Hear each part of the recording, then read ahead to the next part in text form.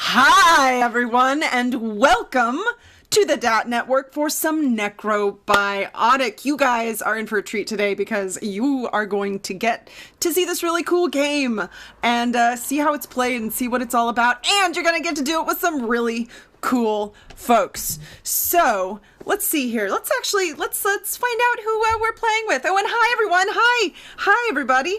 But yeah, just here in a moment. Oh, here we go. Here are these lovely players. Oh, I'm so excited for them to be here. So let's go around and why don't you guys just tell them who you are, where they might have seen you. Don't worry about giving any PC information yet. We'll get back around to that. So let's actually start with you, Michelle. Just introduce yourself so everybody knows who you are. Hi, I'm Michelle Wynn Bradley. You can find me on the internet at I am Chubby Bunny on all platforms, Twitter, Twitch, Instagram, the other one, I can't remember. I'm also a weekly player for Hunters Entertainment on Tuesdays and for Paizo on Wednesdays. We just finished a series on there. We're starting a new one in a couple weeks. I also recently was in a Critical Role one-shot with Elder Scrolls Online, and that was super fun. Turns out it wasn't a one-shot, so stay tuned for more information on when that second one's coming out. We don't know. It's a mystery. I might have said too much. Whoops. Now we know. No take backs. No take Awesome. No take backs. Thank you, Michelle. That's great. Jordan, let's jump down to you. Hi, my name is Jordan Caves Callerman. You can find me on Twitter, which is pretty much the best place to find me, at Jordan Callerman. For spelling, see below. I used to run wildcards on the Twitch channel Saving Throw. That was a Savage Worlds live stream. We played Deadlands and East Texas University, and then Deadlands again. If you want to check out any of that stuff, there are oodles of seasons available on the Saving Throw YouTube channel. And I like to talk about Savage Worlds on Twitter, so join me and talk at me about it. Please. It's true. Awesome. Thank you so much. Let's hop over. Let's meet Chantel. Hello. I am Chantel Benjamin. You can find me on Twitter at Chantel B. I am Chantel B pretty much everywhere as far as I know. And you may have seen me on Gehenna Academy, which is the all POC Monster Hearts campaign that's running at the moment. You may have seen me on Adelaide's channel, Adelaide, playing Castle Falkenstein. I'm all about the narrative games, so come talk to me on Twitter. I'm always there, even when I shouldn't be. I'm always there. I know that feeling. Awesome. Thank you so much, Chantel. And let's meet Leander. Hello, everyone. My name is Leander Lacey. I am a DM and player on a show called Mile High Dungeon Delvers. We just wrapped up a recent season. We're going to start again in July. We are out every other Tuesday.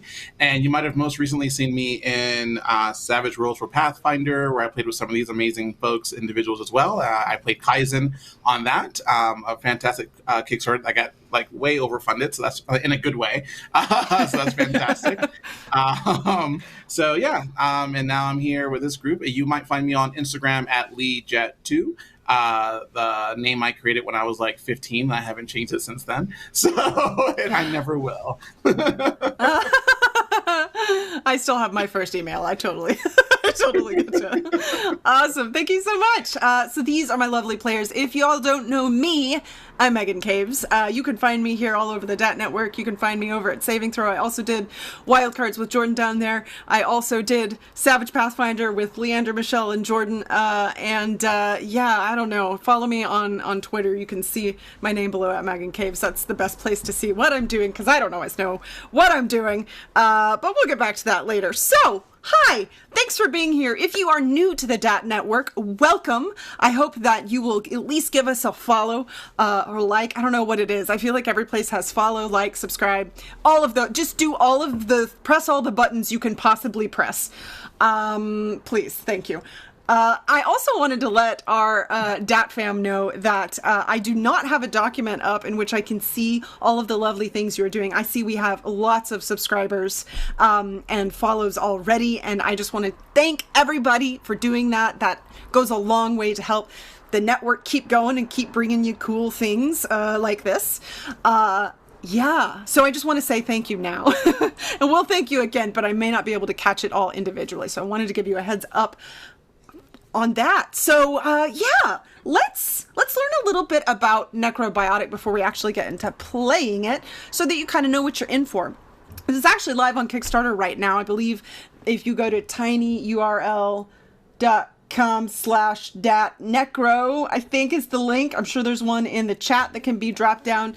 You can go and you can find the information about that. So check it out. Oh, thank you for Penny for a Tale for that subscription right there. That's who you want to chat with about Necrobiotic. If you're in chat, I'm sure that they'd be happy to answer some questions. But yeah, let's learn a little bit about it. So here's the... Oh, I should be able to start playing music now, I think is what that means. Hopefully you guys will be able to hear it, because music's my favorite part of games most of the time. Okay, so here's a little bit of information about the world. Necrobiotic takes place in Florence, Italy. Here's how it all began. The world as we knew it is long gone. We all expected a nuclear war, an epidemic, or even an apocalypse to be the end of us. They never came. Rather, for reasons still uncertain, our population shrank. Suddenly, fewer and fewer births paired with higher and higher death rates brought our population to its knees. No simple answer to our population decay. We simply began to shrink. The decay started around 2020, and in less than 30 years we lost centuries of growth. No more civilization, no more transportation, no more cell phones. Just darkness. Outside, the land is reclaimed by nature. I skipped ahead. Survivors formed communities, barricading themselves behind the walls of makeshift fortresses. Outside, the land is reclaimed by nature. Mankind fell to an apocalypse of harmless and quiet ruin, not with a bang, but with a whimper. In the end, the dead that came back to haunt us were of our own creation. At the height of death, of the deaths in 2057, known in Florence as the year of the Great Hecatomb, a collective of brilliant minds led by Elisabetta Gori formed to figure out a way to save humanity. She was a world-renowned biologist, having just returned from London a short time before, when she heard of a team of scientists who had been tirelessly working to save the human race and were running out of time. It was these scientists and innovators who would later become known as the Builders, who broke the most egregious of taboos to end the famine by exploiting the most abundant resource. By combining the latest frontier of biology with cutting-edge patents in precision mechanics and thermohydraulics, the Builders synthesized a procedure capable of reanimating corpses and making them into autonomous working machines to tend the fields and work the land and towns as the labor force humanity had lost. The era of constructs and the Florentine scientific empire had begun. So that is the world that we find ourselves in this evening. That is just a little bit of what is going on. There's a whole lot more to it, so I suggest you take a look at it if you want to read more about the backgrounds. It's really cool. Highly recommend. All right, so before we dive in, we're also going to talk a little bit about the rules, so you all know kind of what to look for here in the gameplay. So I also wrote this out a little bit so that I can be clear. So I'm going to read this to you, and then we're going to chat about it. So this game plays utilizing a deck of 22 to 24 playing cards that each player has that acts as their character sheet. Each suit signifies a category of 4 skills. For example, hearts are the flesh category governing charisma, empathy, firmness, and manipulation. These skills include everything related to the social sphere, appropriate etiquette, subterfuge, persuasion, interpreting social cues, etc. They function much as skills do in D&D or other RPGs. A player can make an action to act upon the world around them, and they can react to things acting upon the players.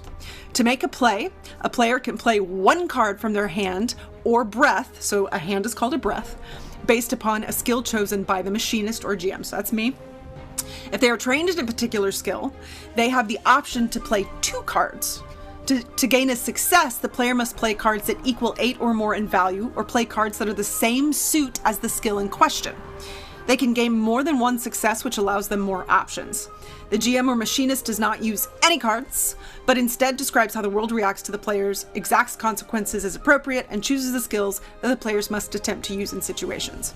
These are the basics of gameplay. There are a few more things the players can do, but we'll address those as we play. So, yeah, that's really the basics of it. It's actually really cool because you're using cards. There are no dice in this game. They are just playing cards, and you actually utilize that to build your character.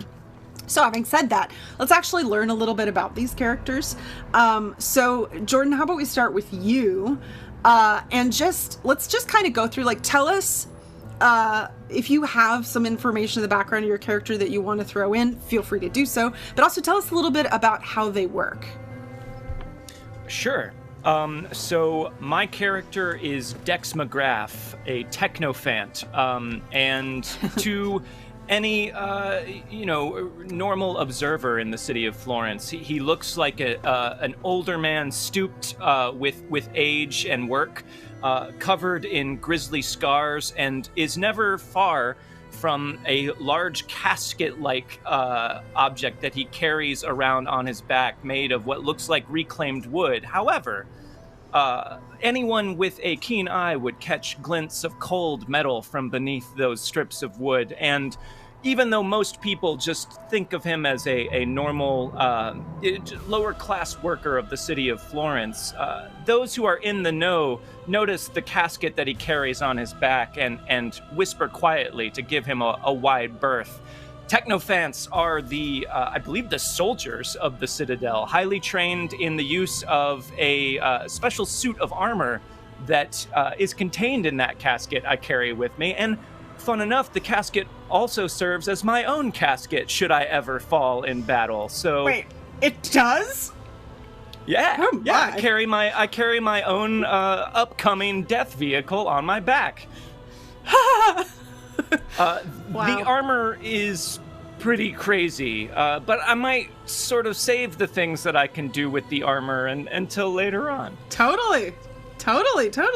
Awesome. Thank you so much. I appreciate that. Let's hop over and let's Chantal, let's meet your character. Same basic things. If you have some information on the background you want to give for your character, feel free to do so. But just tell us a little bit how they work. Okay, so G, short for Gina, pronouns they, them. They are a technosophist, which is someone who spent time... technosophist. Spent time understanding the philosophy and the techniques and the sciences of essentially the old world, the world before everything that has happened now and led to this point here. I understand all of the worlds of the ancient. I understand essentially the culture of the ancients. So, following all of those preferences of now, my character spends a lot of time going, okay, cool. I see it's really important to be well protected, but I could wear some really cute jeans.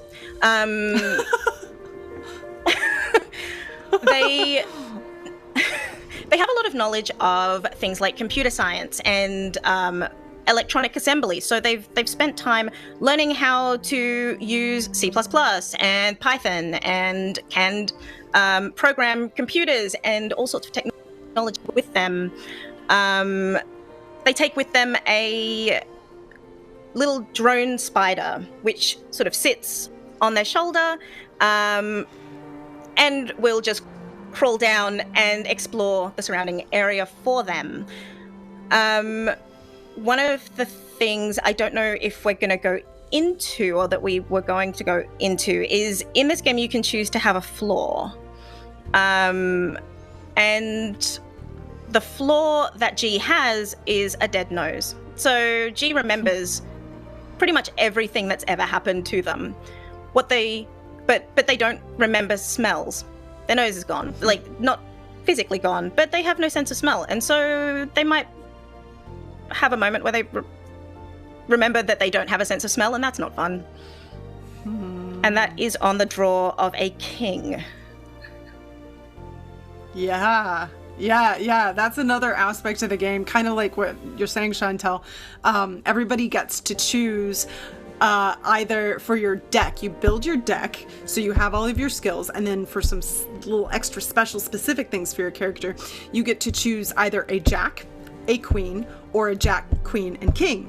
King always governs a hindrance, essentially. The other two are positive little like extra things you can do, but you only get both of those if you take the King. So that's kind of what Chantel's talking about there. And yeah, if it comes up, it affects your play. Your hindrance essentially affects that particular play. So hopefully we'll see one and you'll get to see what that looks like. Awesome. Thank you so much.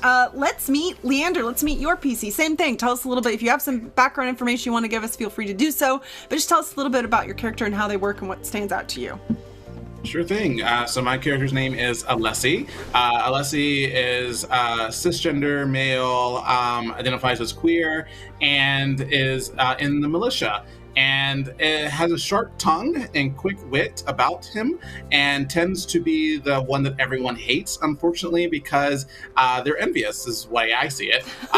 And so I tend to be ostracized, unfortunately, from my other militia folks, because, you know, they're just not quite up to snuff, unfortunately. But the militia, if you think about G's character knowing a lot about the past, we know a lot about the present. We understand fully the laws, and we are the judge, executioner, jury, everything. We understand how the laws work, how the normative equations work in the scientific empire, and we use it and manipulate it as we see fit. Alessi has a huge crossbow that he tends to utilize to fight off enemies, as well as a sonic truncheon, which will stun characters occasionally if I choose to use that. And I'm really good at interrogation, as you can imagine, with his silver tongue. I'm also really great with searching and looking for clues as well. That's one of his many possibilities that he can do. He also can call on and use a bureaucratic process to get backup and additional help if the team needs it. Yeah, that's I love that you're like, I know people. I got some connections. Awesome. Thank you so much, Leander. That's great. Okay, Michelle, let's meet your PC. Same thing. Whatever jumps out at you, tell us a little bit about him. Okay, so I am Elspeth Elder. I am an architect, and I'm quite old, so if you are gonna make me run around in this game, I am just not gonna do it. I'm gonna stay home and read my books. I've got a lot of studying up to do. So I'm not gonna use that voice to explain my character the whole way. It's gonna take too long. But Elspeth is incredibly old. Nobody knows how old she is. She could be 90. She could be 3,000 years old. No one knows. Elspeth is one of the architects, so one of the people who work in the science of, who knows about the science of constructs and is part of the society of builders. So I can do lots of, I'm basically the healer of the group. I also have, for some reason, a strong skill in politics. Because I am a skilled technocrat, I can go within the bureaucracy of the Citadel and take advantage of my office to like lever opinions or get things for us. If I decide to leave my office, who knows if I'm going to do that though. I have strong empathy and manipulation skills. People just feel bad for me, I guess, or they're scared of me. I don't know, one of those two things. So they just don't want me to like accidentally die if they touch me wrong. Let's see, what else is cool about me? I'm not equipped with any weapons, just a real cool leather vest that's very thick and it keeps me protected. So it gives me, I believe it's like a +2 to it reduces the perceived consequences by 1. Yeah. I also have, I can also make things. So if I have some free time, I can do a makeshift lab and make potions that can help buff the other players or heal them. I can also heal within battle with my tools, and advanced medicine is what it's called. And what else? I've got a lot of like really fun skills. I like this one. For the special abilities, I only took Surgeon. There's 3 things you could take, but I took Surgeon, which was, let me read the thingy. Where'd it go? I am a specialized doctor, so I can take interventions and try to save precious human life. I can play Steam cards in the skill and try to remove steel trauma from, I guess, any player, myself or others. Seems like it. I'm the healer. Yeah. I just took that one. Yeah.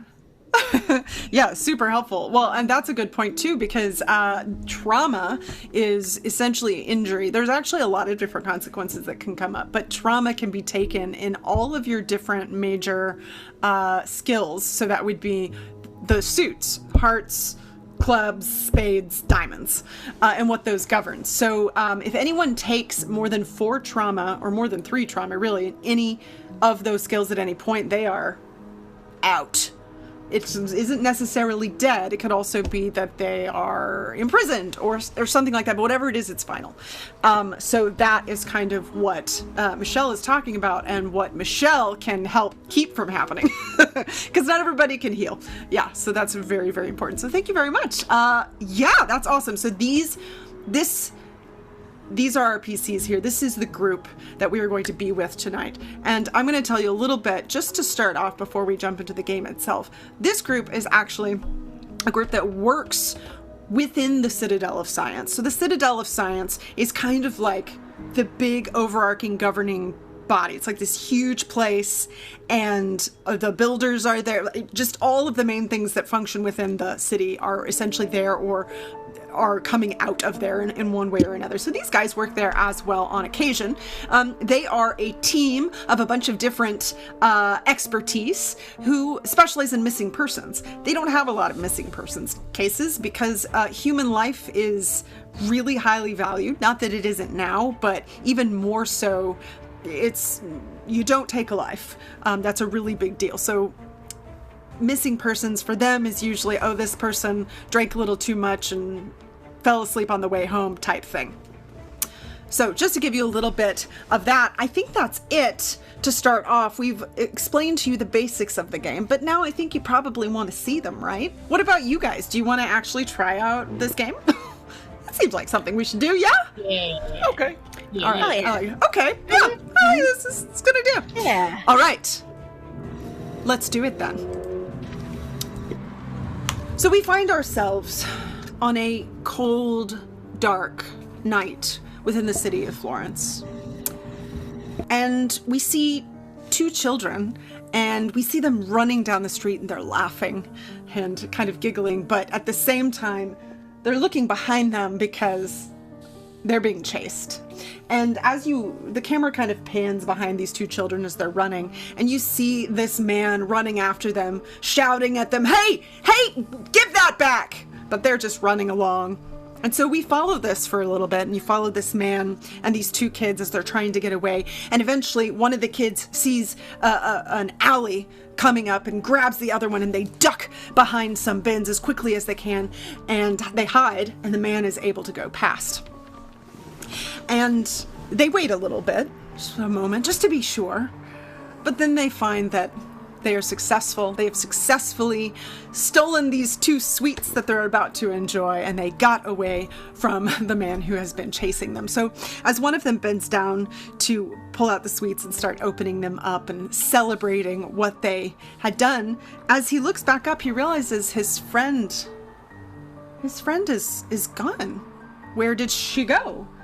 And as he looks to the back, the other side of the alley, he sees her face filled with terror, and she's being dragged on the ground, and something big and shadowy seems to have her leg. But before he can do anything, she gets dragged around the corner. And our camera goes black. And now it is daytime, and we are at the Citadel of Science. And in this particular floor that we're on, we do see this group right here, these 4 actually, and they are all sitting around a table, and they're speaking with someone. Seemingly, as far as we can tell, knowing the little bit that we do about them, that they are a group of people who work on missing persons case, we can assume that this person they're speaking with is maybe talking about a missing person.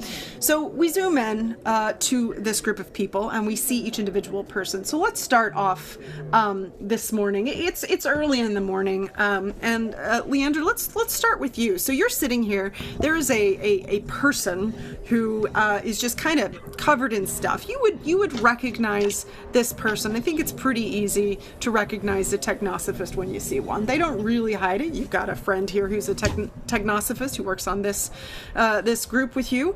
But this morning, where do we find you? What mood are you in, or how are you viewing this particular situation so far? Or how's your day gone? Anything that comes to mind, just to kind of get the set and setting of where your character is right now. Yeah, so I'm just entering in for the day. I'm pretty upset that we have a pretty early case. I mean, we generally don't get cases very often. So I have a cup of coffee in my hand. I'm pretty skeptical about whatever this is that this person's going to talk about, no matter what, because I'm sure this person that they're talking about is just drunk in an alley somewhere, and now we got to go find them and drag them out and wake them up. So I'm just not in the mood for this, but I'm going to do my best because that's my job to do. Yeah, that makes a lot of sense. I feel that. Michelle, what about you? So same thing. You're sitting here at this table, early morning case. Where is Elsbeth this morning? First of all, Elspeth's been up since 4 a.m. because that's the time I get up, and that's the time that everyone else should be up, but people are lazy little beans, and they stay in their beds till like 6 a.m., and that's just a waste of 2 hours, if you ask me.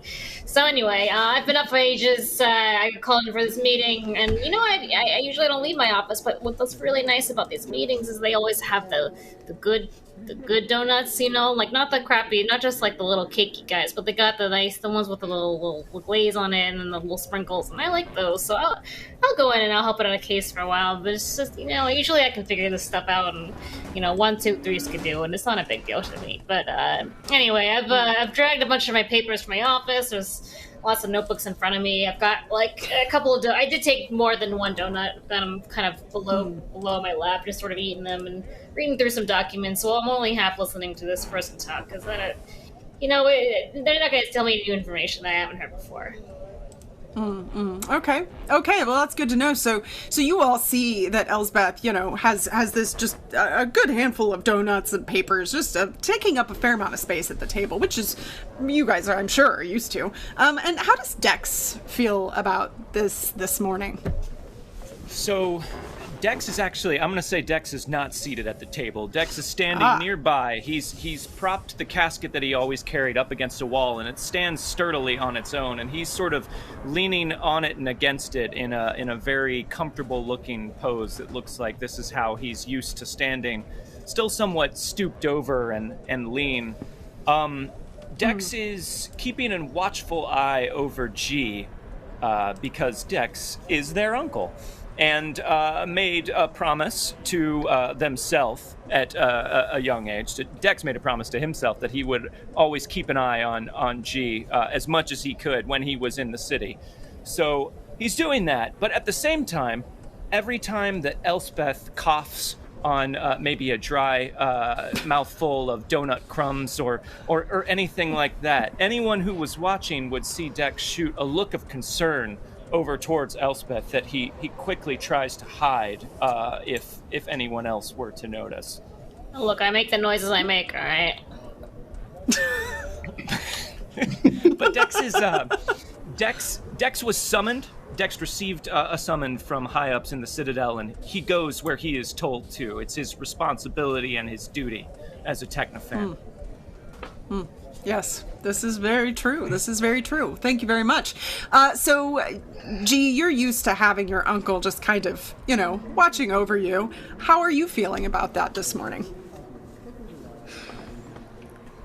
I mean, I just woke up, so, yeah, I mean, it's normal. You know, the best thing about this morning is I have coffee. So,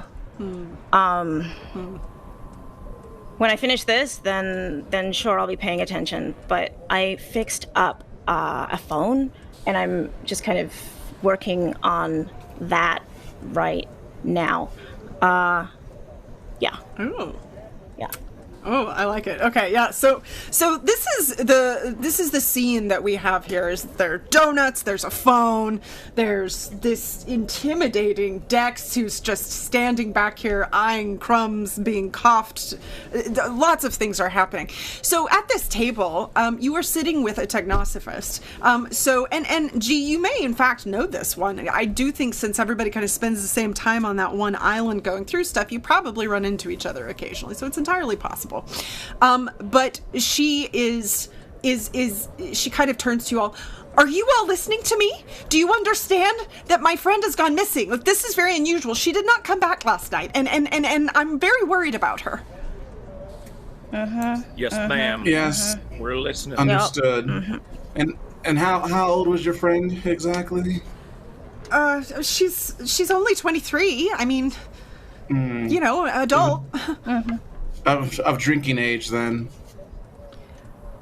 Yes, but like I told you, she's been really busy, and she has all this money all of a sudden. And so I mean, I suppose she could be using, but it's just not like her. It's not, even whenever she drinks, she still comes back. Elspeth, you hear this? Another one, not like her, of course. This is a new turn of events for this person, I'm sure. You know, everyone's gonna take a tumble after a few nips out of, you know, my experience has taught me anything. But we'll definitely go and look for your friends. But I wouldn't worry too much. It's only been one night. People wake up. You gotta sleep it off, you know. I really don't think that she was drinking. I really don't think that's what it was. I mean, she went with a whole lot of tech. She was just completely loaded up whenever she left, and it was really late. It's very just not what like kind her. of tech? I'm very concerned. What kind of tech? Like the phone you have there, like all of the old electronic stuff. Nothing good ever comes from that. Well, I mean, clearly it does, because she's. I mean, I assume she's selling. I don't know what she wouldn't tell me what she was doing with it. But she has all this money, and then she was selling all this stuff, and I don't know, something about it just seems really fishy. Well, sounds like your friend was dealing in bootleg materials and selling them to some bad people. Maybe she got caught up with the wrong crowd or something, but I don't know. Listen, we deal with missing persons kind of a lot, so if we're a little not as alarmed as you have to understand this is like a couple times a week thing for us. So we will go look for your friends, but you freaking out isn't gonna help any more. So just give us some information. Like, let us know, you know, where does she live? We can go through her things and try to figure out where she was. Oh, well, she lives out, and Megan, forget the name, but she lives on the island with all the scraps. She lived out there with us. It's just easier to live there. But I did follow her.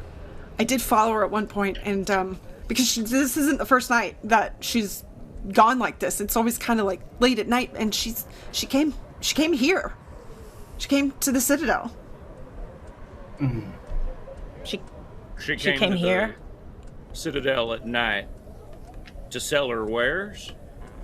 I don't know. If I assume so. That's what it seems like. Huh. Well, now I could be just barking up the wrong tree here, but that don't seem normal.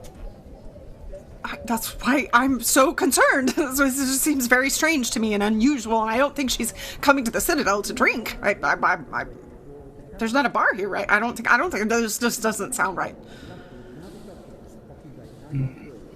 Well, anything else you can tell us? Anything else that was out of the ordinary apart from being flush with money and infernal tech? Hey. Do you want to try to make a play here? Sure. Now, this is one thing. Yes, that is a good point. Let's go ahead and draw a breath. So, a breath is 6 hands, except, Leander, I believe yours is 7. Yes, because you have an I forget what it is, but something that gives you a bonus.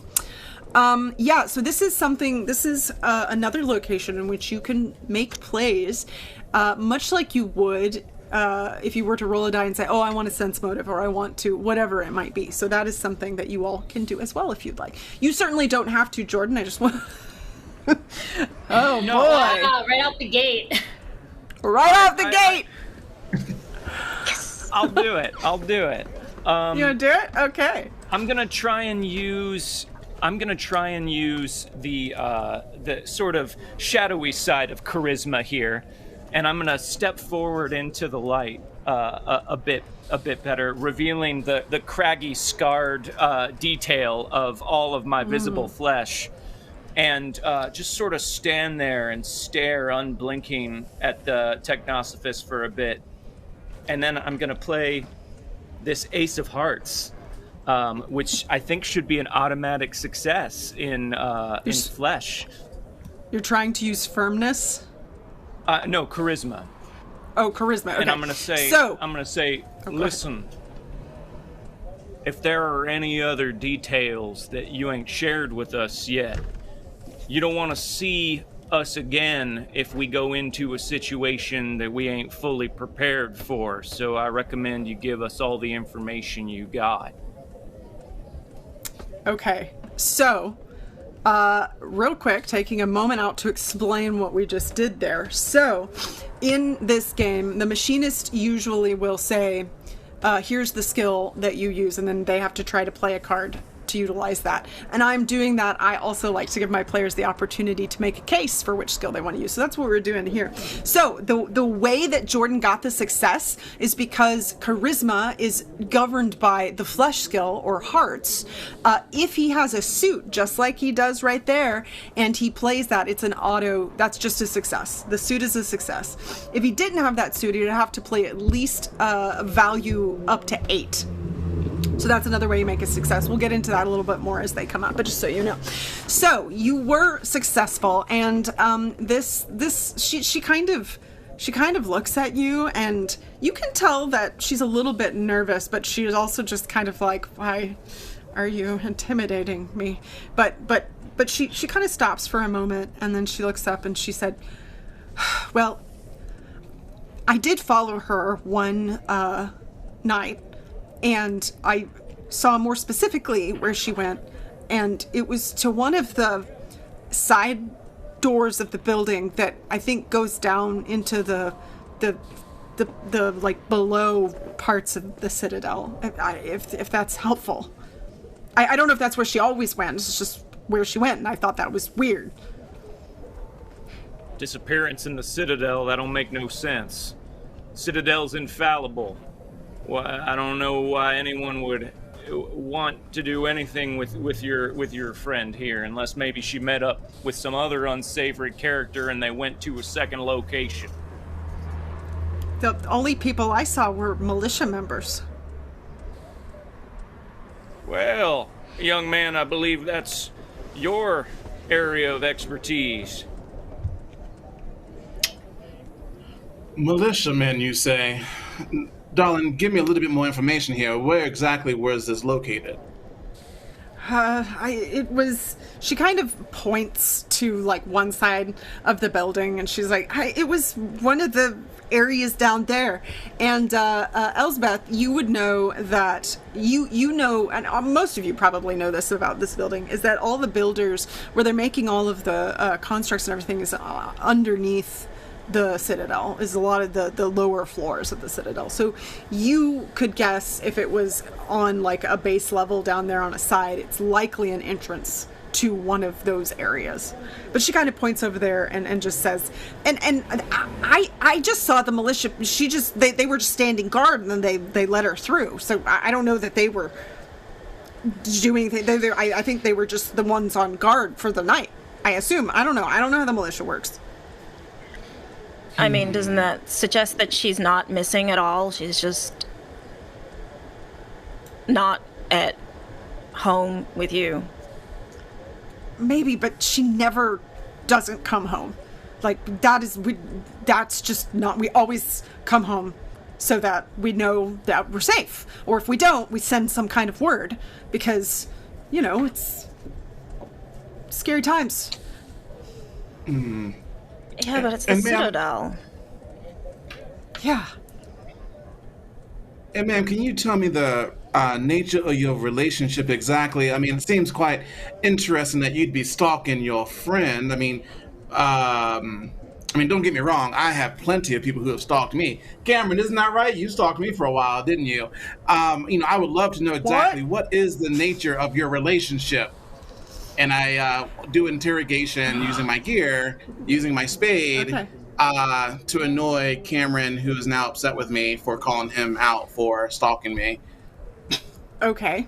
So, are you going to make a play for something? Yes. Okay, yes, so I'm going to. my intention is to interrogate so I can better understand the relationship between this person and the person that she was following, using my my king of spades both as a success because it's spades for interrogation, but also incorporating my call out to Cameron. So you don't actually use the king; it actually gets discarded, and you draw a new card. Yeah, Perfect. but that was a little that one is a little confusing. So you discard the king, and then what you do, whatever other card you play at that time, the king affects that play. Okay. So perfect. everything else then will be right. I'll use the 4 of spades, which is still a success, to use my gear ability for interrogation. I could draw 2 cards, but I'm fine with the 1. Yes, and the reason that Leander could draw 2 cards is because he is trained in interrogation. So if they're trained in any particular skill, they are allowed to draw 2 cards as opposed to 1. All right, so you're going to interrogate. I like it, and you did get a success. So you're just essentially trying to drill in and get more information. Yeah, am I interpreting that correctly? I think it's strange for someone to follow someone around the city and try and figure out what's going on. Like that seems over the top for me. Totally. Yeah. So she kind of gives you an eye of like, well, she's my friend, and I don't think it's that weird, and I don't really appreciate your judgment, but listen, we lived on the street as kids, and we learned how to take care of each other, and we became each other's family, and so it's really important and very unusual. She's been, she's had all this money for like a month now, and it just seems to have come out of nowhere, and she keeps talking about having this really great job, but she won't tell me what it is, and it just doesn't seem like her, and I'm worried, and maybe I shouldn't have followed her, but well, I did. How much money exactly is all this money? How much money are we talking about that your friend suddenly started flashing about in public places, drawing the eye of unsavory individuals? Oh, I don't know that she's been flashing it about, per se. I mean, I guess... Well, just you've mentioned it several times, so I assumed it was something ostentatious. Well, it does seem a bit ostentatious, because you're right, it can be a bit dangerous. She'll come back with hundreds of dollars after having taken a bunch of stuff with her. Well, you guys are making me super nervous. Well, you don't need to be nervous, miss. We're here to help. Well, I mean, unless you've done something yourself. I mean, you do sound like you have a tint of jealousy in your voice. No, I just want her to be safe, and I'm worried, and it hurts my feelings that she didn't share this information with me. Okay, real quick, I probably should have asked at the top of the whole thing here, but what was your friend's name? Oh, Rosa Dita. All right, excellent question. Yeah, we probably should have asked that like an hour ago. I don't know why it eluded all of us, but obviously a mind as sharp as your own. I'm not even like talking to you. Elspeth gets up and sort of just like hobbles over to the door. I leave the room while they're talking. And what I want to do, I'm going to take that name that I wrote down, Rosa Dita, nailed it. And I want to do investigation by going to the security office, if this building has a security office, to see if this person, if there's paperwork with this person, and if they, if it's written down anywhere, like that she's allowed access. Okay. Yeah. I'd say you could certainly do that. Yes. All right. So investigation for me is clubs and Steam. Let's see. So I need. What does a Joker do again? Because I pulled a Joker. A Joker is an auto success. I feel like I should say that. Now blow it now. Oh, well, yeah, okay. Because I don't have any clubs. Oh, but you know what? I have it's fine though, because I have a dot in it, which means it's an auto success if I pull anything. Right? Or I can pull 2 cards. You can pull 2 cards, yes. That's what that means. That's what it is. Okay, so I'll do that instead. So that's a 6 and a 3, so that's 9. Yeah, that is 1 success. Yeah, so this is the other example. Now you've seen how because Elsbeth is trained in this particular skill, Michelle can use 2 cards, and using those 2 cards has given her 1 success. So yes, you are successful. So you go over there is a security desk that kind of tracks everything that comes in and out. And this is something that you probably do a fair amount whenever you're, well, actually, I guess it depends. But this is probably a fairly common thing, so it wouldn't be that hard. And you ask them, and they search the name, and they do not find anything. Okay, well, say hi to your mother for me, and I go back. I kind of just hobble back while they're talking. Bye, Elspeth. Yeah, I'll see you tomorrow. I go back into the room. All right, okay. She definitely was. This Rosa person was definitely sneaking around. It's not any official records, so your friend was definitely dealing with something, if not nefarious, then at the very least under the table. So. Okay, well, she's not going to get in trouble, right? I just want her to be found. I don't want her to get into trouble. I don't think she was doing anything bad or illegal. Have you looked for her? I mean, yes, I have. I've looked around a little bit here and back in the normal places that she goes, and I haven't seen anything from her. But not where you last saw her, when you followed. At the oh, no, I haven't seen her there either. No, I mean, I okay. can't go in. Right. Could I use computer science? Because she said that it's tech, the kind of tech that I use. Can I use computer science to try to essentially search to see whether or not her name comes up anywhere, or any defining features come up anywhere in the tech that might be connected to my phone? Huh. So what are you looking for specifically? Or what is the goal that you're aiming for here? Essentially what I'm trying to do is ping her phone. I'm trying to go find your iPhone, but I like that. General location, see if I can find it. I would think that sure, let's try it. Let's try it. So let's see. What skill would that be? That would be in your specific skills, probably. Be an investigation is what I'm hoping to use, because I'm looking to find. I would say, since it's so specific here, I would say, how about this? I would say computer science makes more sense to me, but if you really want to use investigation, I'll let you do it for 2 successes. Okay. Okay. So I have these 2 cards. Okay, that's yes. I can't see the value. That is sorry. a 2 of clubs, and a 6 of spades. Okay, so you're looking to utilize Steam. So that would be clubs, and what was the spades one? A 6. A 6, you said? So then, yeah, because you've together got they become an 8. Yeah, I will. That will give you your 2 successes. So I will let you use investigation for that. So, so I think you're both technosophists, and I think that I like to imagine that technosophists, since they sort of exist in the old world of electronics and all these things that nobody uses anymore, that you all are able to kind of communicate and track one another in different ways. You literally are able to move in a different technological circle.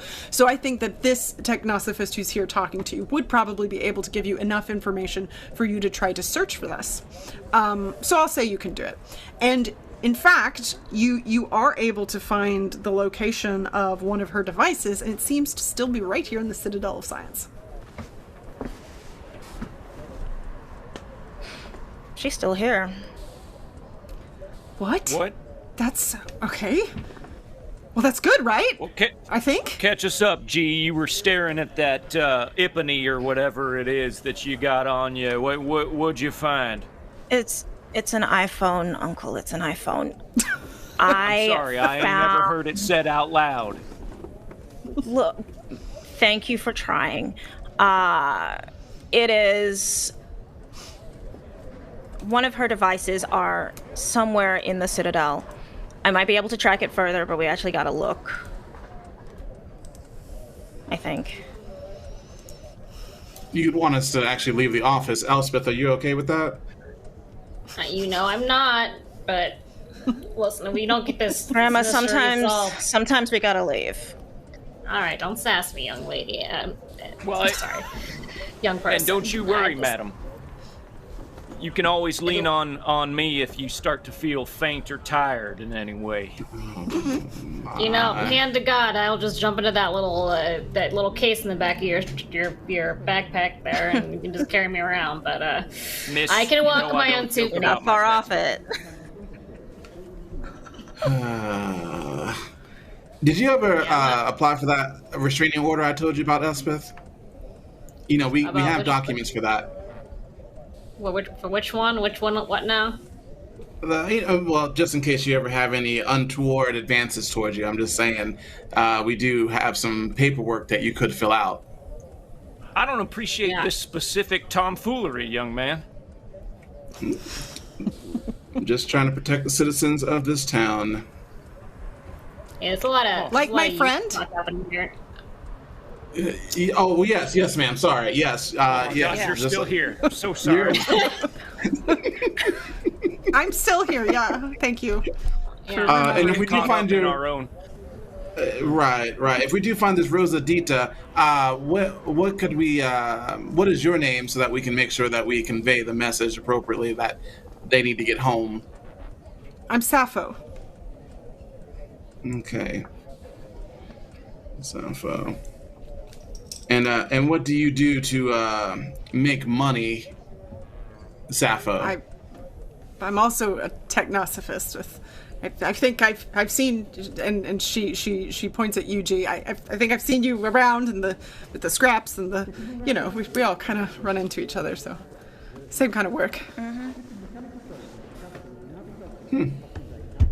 And do you all seem to run around in the Citadel much, in particular areas? No, there's almost no reason to be over here most of the time.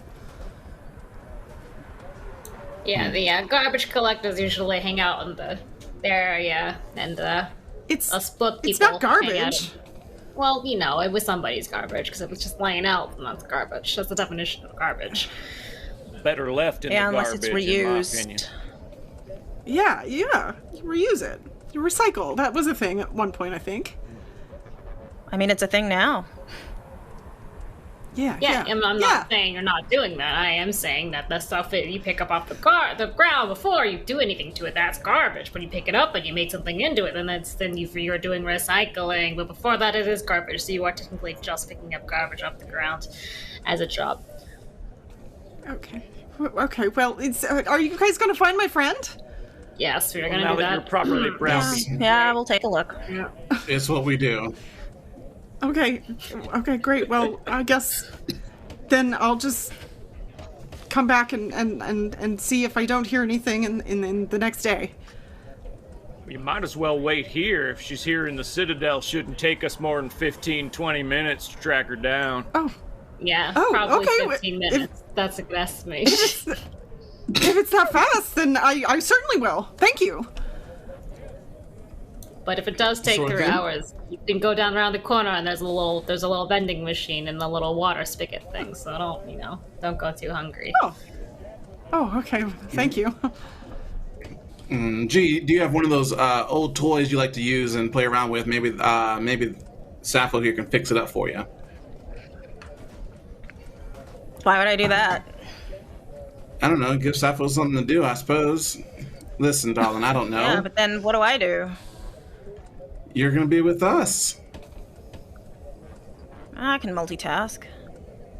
Okay, well, Sappho, do what you do. Go hang out with Cameron over there. He's a stalker, too. I'm sure y'all have plenty of interests. Oh. Cameron just gives you a glare. All right. So it sounds like you guys are ready to try and head out, yeah? Okay, so Yeah, what? should only take a where few is minutes. where is the location that you all would like to go to? Are you wanting to go where she directed you, the Sappho, where she saw Rosa last? I mean, I think we have a lead with G, giving us where the ping was. I think that seems like a better lead. Okay. Yeah. Okay, sounds good. So you guys Follow the want to ping. follow that. So looking at the ping, you can tell you can't see necessarily what level of this building it's on because it's a huge building. This building has multiple floors and each floor houses different aspects of the Citadel of Science. So Right, 20, best you 30 guys minutes. best you all could guess is by pairing the information that you have on that GPS and the information that Sappho gave you of the entrance on the side. And it does seem, as far as you can tell, G, that the GPS is on that same side of the building as well. So, would you all like to, you could go through the building, or you could kind of follow the pathway and go out around to that side door that Sappho said she saw Rosa at. Why don't we take the side door? Yeah, let's go. I was gonna say, let's go get a quick Side door? breath of fresh air. Use that side door. Okay, so yeah, you all are able to do that. You head out into the day. It's a lovely day out here in Florence. It's nice and sunny. It's not too hot. There are people bustling about, and you all are able to easily go around to that side door, and you get there, and you do see, in fact, two militiamen standing guard. And as you all come up, they kind of look. Hello there. Yes, can I help you all? Did you need in? Hello. I'm sure that there's a lot of militia, but I'm sure you all know each other, at least passing familiarity. So they nod to you. Probably you as well, Dex. I mean, you all don't work quite in the same, but you are a part of the army. Can we help you all today? I'll flash my little chest badge here and like, yes, we need to get inside here. We are we have a missing person case, as you know. That's what our team does, and we'd like to see if we can find this person as soon as possible. We're on quite the timeline of 15 minutes, and so if we can just get in here and find out whether or not they're here, this would be great. Oh, well, certainly you can. Is this for the two militiamen who've gone missing? Sorry, what? Oh, wait, what? Oh, well, yes, there were two militiamen who were on night duty last night, and when we came here this morning, they just weren't here. It was quite strange. We put in the information with the higher-ups, and we haven't heard anything since then, hoping that they were okay or weren't sure what happened. So that's what I figured you all were here for. Nope, just here for Rosadita. And that was it. Oh. Didn't know about two militiamen that had gone missing. At first we're hearing of it. Oh, really? ETA 1 hour. I guess it just hasn't reached you yet, but yeah, the two on guard from the night shift, they just haven't been anywhere to be found so far. I mean, maybe they abandoned. It seems quite unusual, but I suppose anything's possible.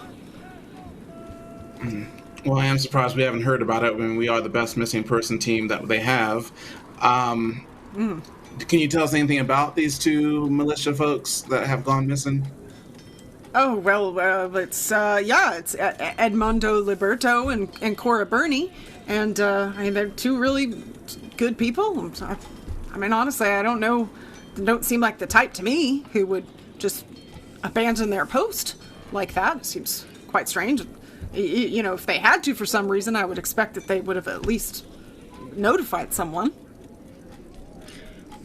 Have they had more money than usual recently? More money? Well, And throwing it around? if they have, No? I haven't known about it. It's not information that I had. But they were, standing guard just right here. I don't It's very strange. What time was go the ahead. shift? What time was the shift in guards, as they say? Turnover 7 a.m. As you all are standing here, anyone who would like to see if we can do this way, who would like to something seems strange kind of in your environment, like something just, I don't know, jumps out at you. So if anybody would like to use, I'll say readiness for this, so that would be steam, just to kind of see if you can just follow that sense and see if you can get something from that, if you'd like. Yeah. You want to? While I'm standing here watching Alessi talk to the militiamen, I'll do a quick scan of the environment. I've got a club, so I get one success. Okay. And just see if I take in anything or anybody watching this interaction. Okay, so as you all are kind of having this conversation with these two militiamen, you just get this sense, and this is something that, you know, you got really keen senses. You gotta have keen senses if you're gonna be a part of the Florentine army and you're gonna go outside of those walls and you feel like you're being watched. So you take a look around behind you and you kind of notice, it's real quick and it's real subtle. But you just notice a little bit as you look over, there's kind of like a corner of a building nearby, and you just see, as you look over there, this quick movement of like, what you assume maybe was somebody who was kind of trying to get back behind the wall and hide from your view.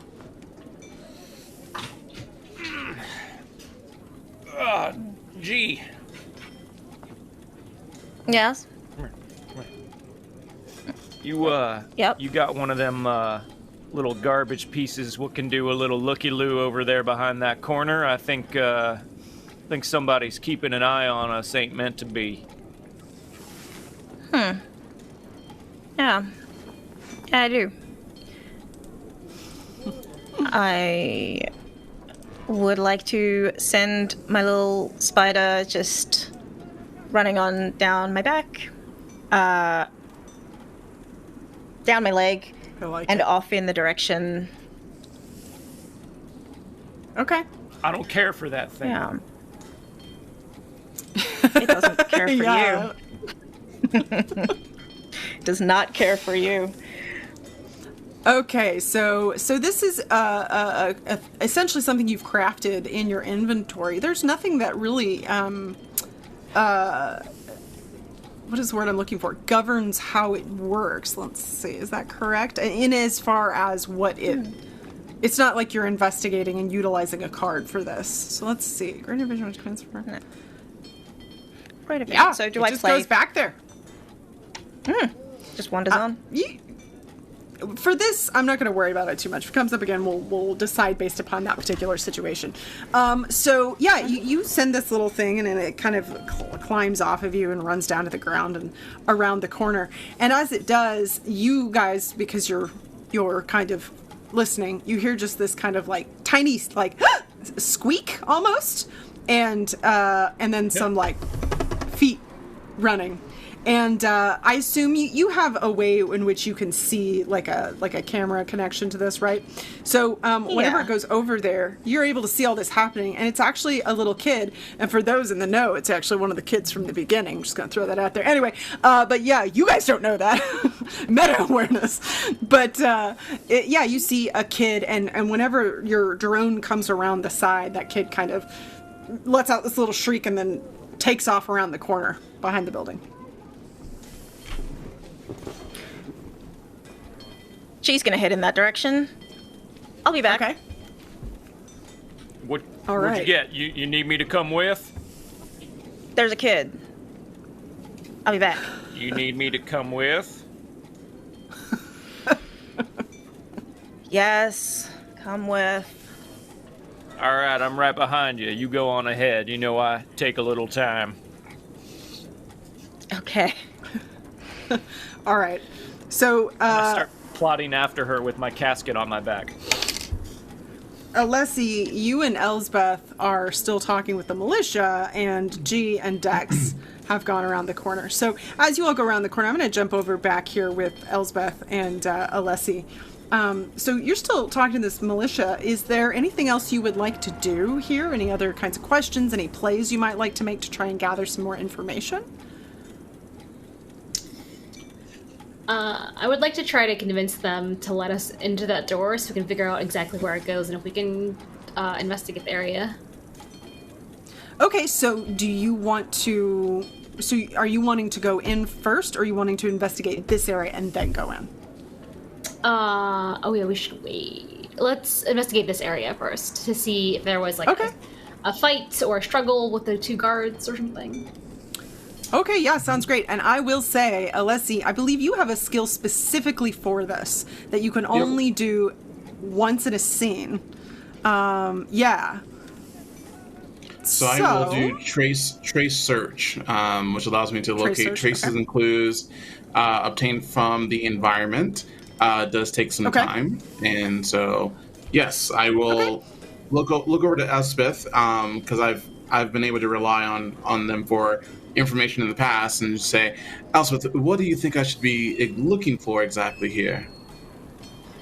Well, if two militia went missing, probably they either left because they were bored, or they got into a fight, or there was a struggle. So look for signs of a struggle or boredom. One of those two things. Okay, I think I can do that. Also, you might want to get some of that donut crumbs off of it's still there. You know, I am the way I am. I don't really appreciate you kids trying to fix me, but sure. You know, I want you to find your true love one day, and you're not going to find it with donuts on your shirt. So I'm going to do trace search, which is Spade's ability, and because I'm trained, I can utilize 2. I will, based on my hand, unfortunately, all I can use is my spade that I have. And do 1 success. Okay, yeah, so that's 1 success. So you take a look around. You spend a little time to really kind of hone your eye and really block out everything else so you can make sure that you're taking in as much information as you can. And you do, in fact, notice a few drops of blood on the door itself. And it actually looks like it's kind of on the entrance, like it's on the edge of the door on the side that would open, and it almost looks like there could potentially be some kind of on the inside, or at least on the edge of it. Well, this seems more like a struggle here, Miss Espeth. You want to take a quick look over here? I see some blood right here. Doesn't look like boredom. Okay, so there was a real struggle. Okay, so there was a violence was committed here. So we have a crime on our hands, not just a drunkard or 3 drunkards. I think was our first assumption. Everyone's drunk. Okay. Yeah. So you all have found that, and Elsbeth, as you look a little closer after Alessi points out the blood, you can actually see there also looks like there might be a few scuff marks. It was hard to notice before, but adding it to this information, it looks like just more things adding up to there potentially having been a scuffle. So let's hop back over to G and Dex. You all have gone around the corner following where this kid went. Are you going to continue where you kind of saw this child go on your drone, G? We're kind of continue around that corner. Okay. Yep. So as you all do... Oh, go ahead. I was going to say continue round and let the spider know to keep following. Okay. Yeah. So the spider kind of goes ahead of you, and as it turns the corner, that kid is still kind of standing there, and as it sees the spider, the kid takes off. It just keeps like being scared of the spider, essentially. You guys follow? Mm-hmm. Okay. If G's following, I'm following, because I'm following G. Yeah. And the kid keeps kind of like, this building isn't very big, and the kid's kind of just turning around the building, trying to get away from the spider. Hey, kid, wait. Just stop moving. The spider will stop. You gotta stop. The kid seems really nervous. Do you want to try and see if you can get them to calm down a little bit? Yes. I'd say, let's see, you could use anything in hearts, really. I do not have a Or heart. potential, yeah, really it's hearts. Oh, actually, I do have a heart. I do have a heart. You have a heart! Look at that. I have a heart. I found it. It was lost. I have a 3 of hearts. Success. Okay, so what would you like to do? Because I feel like you could use charisma here. Empathy is more like feeling, getting a read on them than anything else. So charisma, you could use manipulation as well, if you have I a kind preference. of would like to use manipulation. So Okay. I think what I'm going to say is stop. The spider will stop if you stop. And then if the kid slows at all, get the spider to run around and just nudge them back the other way. Okay, yeah, so whenever you say something to that kid, the kid kind of freezes and just kind of looks at you, and you do have enough time. And whenever the spider goes around and the kid kind of like sees that kind of and doesn't really know where to go. And so you've effectively stopped the kid. Yes. Okay, why were you there? Oh yeah, go ahead. What? Oh, I just was watching the you are really neat looking, and I thought that you had neat things, and I was and this kid, he kind of looks over at Dex at you and just kind of stops talking. I'm not gonna hurt you. Terrified. Oh, yeah, Unless okay, we yeah. have to. We're Looks not really gonna terrifying. hurt you. Fine, we Okay. ain't gonna hurt you. Oh, okay. I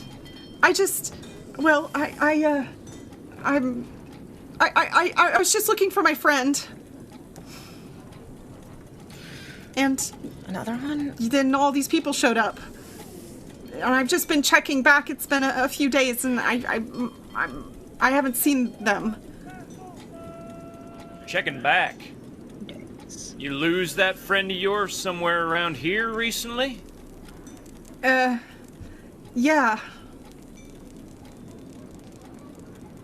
Well, now ain't that interesting? Is it? What's your friend's name? Oh, my friend's name is Laura. Laura Sylvie. Laura. That's a right fine name. Yeah, I think so. When'd you last see Laura? Oh, it was about 3 nights ago. 3 nights ago. And, what, was Laura doing when you last saw her? We were just walking home. Uh-huh. Don't you lie to us, young man. I will. We Are ain't you wanting got to try? time for any untruths, half or full or otherwise. Are you trying to use something here? Are you wanting to make Definitely a play, can. Jordan? I definitely can Let's do if it. I need to. Because yeah, well, this kid just seems scared and hesitant to give you any information. So let's do it. Let's make a play. okay. So this would be in hearts, I think. Okay. Firmness. I'm gonna use. I'm gonna shift tacks when I see the okay. kid backing away from me, and I am gonna try and use the positive side of charisma for once. I have a heart, so I'll play that. Okay. Hey now, don't you go nowhere. Listen. I know we may seem a little scary, but that's just 'cause we're worried. sometimes when adults get worried, they get upset. Now, we ain't upset at you, but if you want our help finding your friend, then you best tell us all you know about what was going on when they went missing. Okay. And you had a success? You had a heart? I had Is one that right? success. Okay. Yeah, okay. Yeah, listen, I don't know. Something dragged them through that door and then dragged two men who were standing there too whenever they tried to help. They just dragged her through the door, and I don't know what it was. I just ran after her, and then she was just gone, and I just been trying to check. And also, we took some sweets, but we can give them back. I can pay for the sweets. It was just we didn't mean to. I'm gonna shoot an eye back over my shoulder at G and just kind of cock an eyebrow, and then turn back to the little one and say, "You know what? Why don't you do us a favor? While we're looking for your friend, why don't you tell folks maybe to avoid this area at night until we figure out what's going on, and maybe you can also start trying to put the coin together to pay for the sweets that you and your friend stole." Yeah, okay, thank you. I'll do that, okay. And by the time you do that, maybe we'll have some good news for you. Okay, I hope so. Or okay. some bad. Thank you. We'll look for your friend, and we'll try to have good news. Okay. Good news sounds good. Thank you. And he kind of just like starts to back up, and then when it seems like you guys aren't going to try to stop him, he takes off. So let's hop back over, or I assume, are you guys going to go back over with them? Back to Elsbeth and... I imagine so, yeah. Okay. Yeah, okay, I don't think there's anything well, then else we'll for just us jump to back over do there. here. So, yeah, you guys head back around, and it looks like Elsbeth and Alessi are kind of looking down at the ground, looking at the door, and kind of talking with the militia, and you guys meet back up.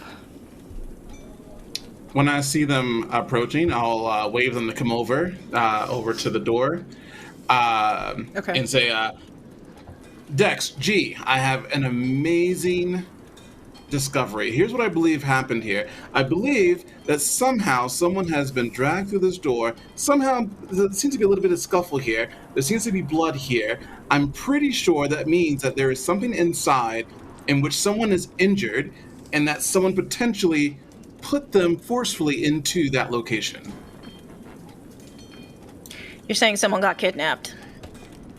Yes. Is that what you're saying? I mean, if you're going to be so drab about it, yes, that is one way of saying it. Okay. But I deduce that, just so we're clear, I am the one who found this information, so that we now know that there is possibly someone inside here that is injured. I don't think we would have known that otherwise. Without me, there's no a other missing persons unit could not possibly know that someone got kidnapped. Correct. Especially not if they were just speaking to a nearby street urchin who relayed to them essentially that exact same information without the need for seeking out spots of blood and whatnot. And another child gone. Wait, there's a fourth person. At least. Oh. Okay, well, that's I didn't deduce that. I want to turn to the two militiamen. Oh, sorry. Who are standing by this door and say, "Ho there! What's behind this door? What is it here you're guarding?" Oh, this is one of the entrances to the builders where they're building all the constructs. Well, that don't make sense. Why would a builder want to pull in kids? Oh, well, that's, I think we're jumping to conclusions now. But we do know the door is involved in people going through it and becoming missing. So maybe they're just hiding. Maybe there's a very fun party down there. We don't know. So Mr. Guard 1 and Mr. Guard 2, if you don't mind, we need to get in there and do our job. Oh, certainly, yes, and thank you for doing that job. And they stand aside. They don't seem to have any qualms letting you all in, especially since you're a builder as well. Yeah. Yes, please. Right this way. So I assume you all head on right in, yeah? Okay. Yeah. Yeah, so as you all head inside, I have a quick question. Quick oh yeah, question. go right ahead. Quick question before. When can we catch our breath and redraw Yes. cards into our hand? I'll say, so basically you just need to be able to take enough time to kind of take a moment to catch your breath. It's sort of, imagine it like a short rest. So, I mean, you guys could do that now if you wanted. I don't know about now unless anybody else needs to. Okay. We got a hot trail here. Might as well follow it.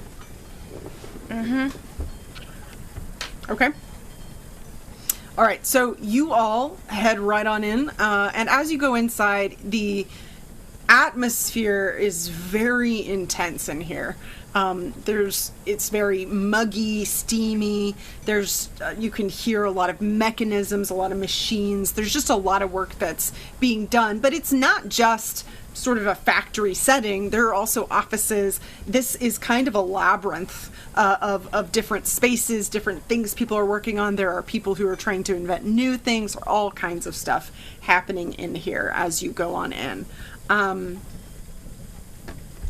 Yeah, so at this point, what would you all like to do? Do you want to just kind of see who you come upon first, or do you have a more specific direction in mind? I mean, it seems like if there was blood on the outside, there should be blood on the inside. So I would like to investigate to look for any further traces of blood, and if it seems to trail anywhere. Okay. Yeah, let's do this. Let's use it as a play, and I know you already used that for this scene. So if you would like to use investigation, I would take that for this. Let's see, investigation as a club. Yeah, I will happily do that. Okay. And once again, I can do 2 cards because I am trained in that. So I will, and I will choose 2 clubs this time. Ah. Oh, okay. So that's 2 successes. So one of those is just a success, and you could actually, so let me pull up that real quick. There are different things you can do whenever you get multiple successes in this game. So there are successes within combat, and that's governed by a table, and then there are the other successes as well. So this could literally be you're just looking for multiple pieces of information, but if there's something else you would like to do with one of those successes, you have that option. I don't know if it quite applies here, but it might. Right. I will be persistent, and if I do find any drops of blood, I will put a big white chalk mark around it so that we can everyone can see it. I like it. Yeah, so as you're looking, you already kind of, you knew where it was on the outside, so you're looking for it on the inside. And you do see just a tiny bit kind of on the entrance side edge of the door where it would open. And you also notice some scuff marks as well as you're looking for that. And you are able to circle. And as you're doing that, someone comes up and says, "Oh, what are you all doing here?" Shush, shush, shush. I'm looking for more blood. Blood? Oh, well, that sounds scary, I guess. What is, could we help you with something, or? The man asked for silence while he's looking for blood, and we'd thank you to respect that. Yes, of course, sir. I mean, I feel like if you're looking with your eyes, you don't really need to look with your ears. So, I mean, yeah, if we have questions, I think we can ask this person. Well said. She will Very wise. just pull this person to the side. Okay. All right, and they allow you to do that. Do people go missing around here very often? I mean, not that I've noticed. No, they don't go missing very often. It is very strange, though, because we have 2 builders who are gone today. So I guess that's what you're here for. Oh, sure. Exactly. How long have they been gone?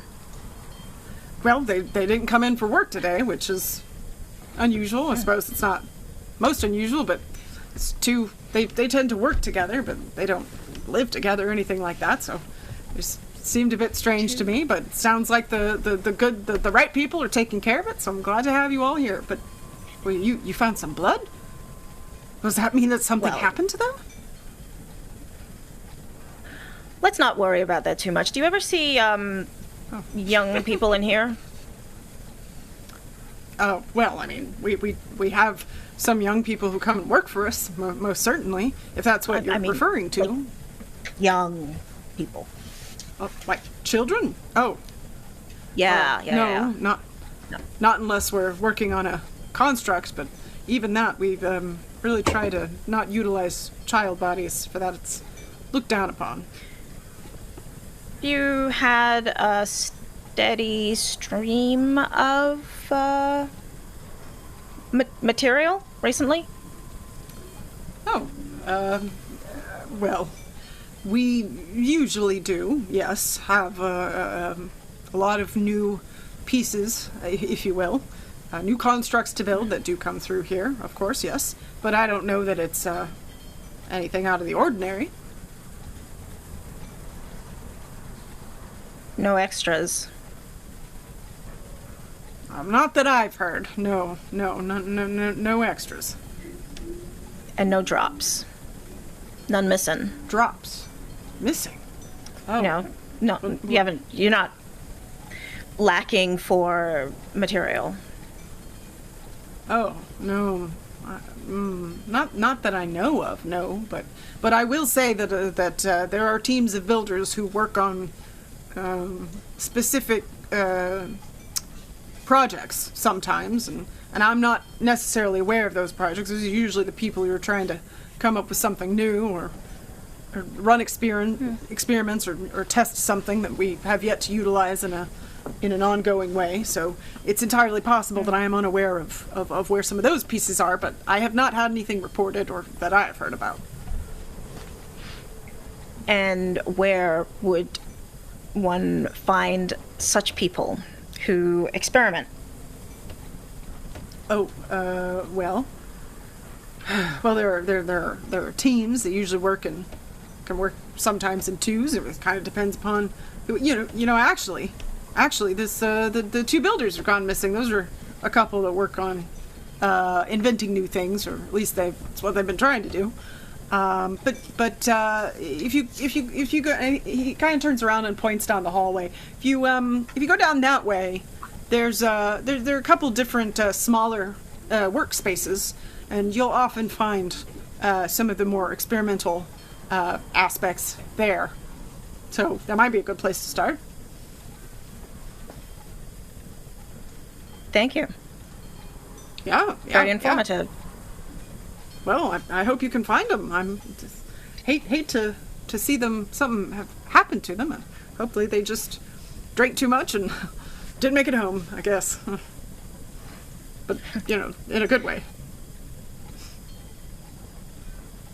As in, they're not. It's never a good way. It means we have a lot of work to do. If it's not a good, it's never good. It's never good. Oh, yeah, right.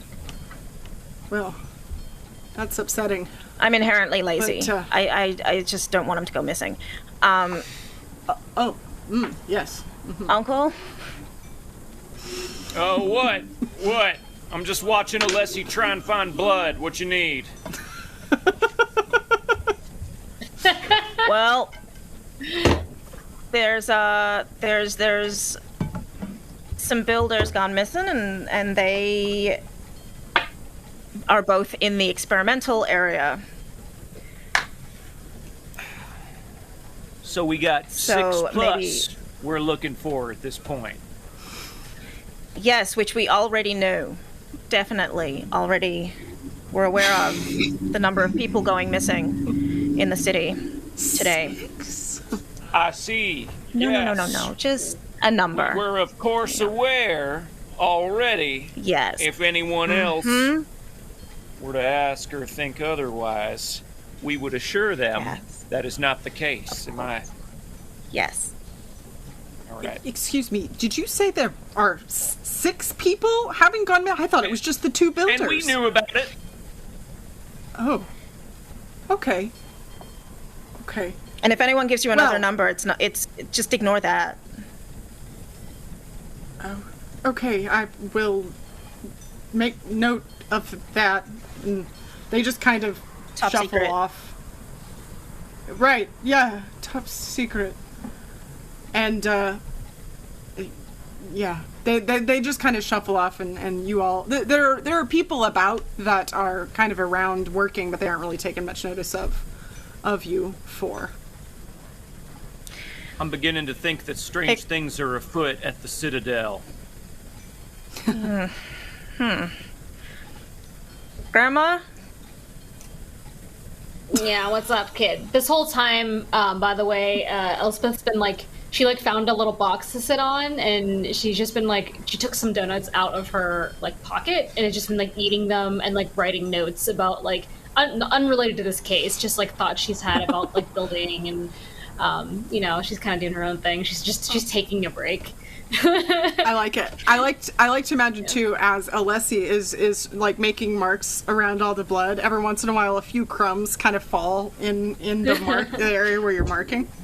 And I'm not looking, but if he happens to go near me, Alessi, I'll just go, oh, you're doing really great, kid. We're really proud of you. But I'm not looking like at all what he's doing. All right. Well, yeah. What's up? What's up, G? What's going on in your world now? Well, extra people have gone missing, but I wondered if you ever worked on anything experimental. I don't know. I mean, I'm a pretty standard build. I mean, I basically built this whole place from the ground up. You know what I'm saying? But no, I usually help Excellent train. craftsmanship. Yeah, I know. I'm basically the best. But I tend to train people in the basics because you know I'm an old thing. What do I know? I definitely do deal in experimental things. I'm just not saying that. So. I like it. I like it. But did you hear something about weird experiments happening, G? Well, 2 of the builders from that area have gone missing too, or they didn't turn up today. Oh, that's no good. Did you get their names? No, This is not a quiz. I'm sorry, I didn't mean to do that to you. no, I didn't. No, I'm still waking up. No, I didn't get names. All right. Yeah, we'll get you another copy, girl. Sorry, we'll get you another copy, a friend. But I don't know. If builders would go missing from this area, maybe they're just taking a quick nap in one of the rooms. Seems unlikely No, they didn't turn up that for work. everybody's taking a nap. A lot of Especially naps. people that don't belong here, like children. Yeah. No matter Okay, how then. tired they may be. Especially if they were What dragged. is spooling up around here? It sounds like it's about to explode. Sorry. Have I found any additional blood or any indication that there might have been multiple people that have been taken? 3 hours later. Trails. Yeah, 3 hours later. Leslie's just circling shit. It kind of seems like it there's not a lot of traces here, but if you kind of keep looking around, yeah, you can find just every once in a while. It wouldn't probably have stood out to anybody else, but because you're looking for something specific, you can kind of see just spots of like where it looks like something maybe was recently dragged or kind of bumped up against something, and it kind of goes down the area where G was pointing, the more kind of experimental direction. Okay, friends, gather around. I have a story for you. Okay. All right. It would appear to me this better that be good. indeed the bodies have been dragged on the inside of the building And inside here, it seems as though a couple of different activities may have happened, potentially with different bodies. So we may actually have more than 4. I can't guarantee that just yet. And it would appear 6. that there's an what? How did you? We'll get to that in a second. 6. That wasn't in my presentation. And then down this hallway, there seems to be an experimental area. Well, there also seems as though some of the blood might be going that way. I can't quite tell just yet, but it might seem that we might want to go down to that area here, and I think we can find some more information. And this is a great place to take a quick break. You're doing great, kids. Oh, yes, I like it. All right. We will be right back, folks. Stay tuned, and you gotta wait and find out who else has gone missing, right? So we'll see you in just a few. Bye!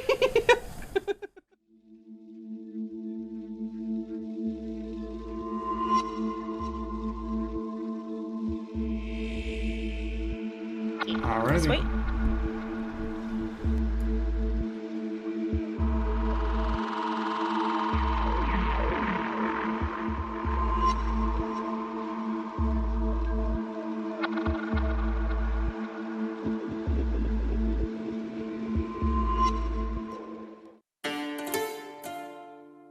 The games we play are the stories we create. The fortress doors swing open, Every story is unique. and the sound of war drums rises. Sometimes our stories come to us when we least expect them.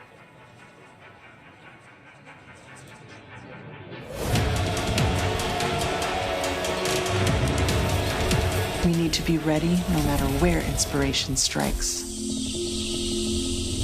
And sometimes our stories are told over great distances. No matter where your journey leads you or how your story is told. The games we play are the stories we create. Sirenscape can help make yours epic. Sirenscape is searchable, fast, and customizable from any device with no need to pre-install any sound. Adding epic atmosphere to your game has never been easier. Great and mighty Dark One, hear my summons. Bring plague and misery unto this wretched world, and be born again in the blood of this unworthy servant. What are you guys doing in here? Nothing. I thought you said no one was at home. Nobody's supposed to be home. When do you get out of here? No. Why are you wearing dresses? This is not There's a pentagon on the wall. That's a pentagram. That's a pentagon. It's a pentagram. Gone. Pentagram. Gone. It's a pentagon that has to have a start of a pentagram. Are you guys forming a cult? We are summoning a god of pain and destruction to rain misery on my stupid stepdad for being a total boner. Sick. And Kyle Bates, because he ruined the next season of Game of Thrones for me when I specifically told him I hadn't read the books. Douche. Is there gonna be a human sacrifice? Yes. No. What? Whatever. I'm in. You can't No. just be in. Like, there's a whole process. Let me in your cult. I'm gonna tell Leonard about the time I caught you trying on my bras in my room. What? No. That's not how you do no. that, is it? Let me in your cult, or I'll tell Mom that you used her candles for a satanic ritual. No. Go back to the part about him No, trying that to didn't bras. happen. In season 4 of Game of secret? Thrones, Tyrion and You can be in the cult. What? Thank No, you. she cannot be in the cult. Definitely in the cult now. Thank you. Gonna put up with this? I do have a knife in my hand. She does have a knife. That's a good point. Okay, God. Everyone gather. You're gonna cut your hand and give an incantation to the dark void.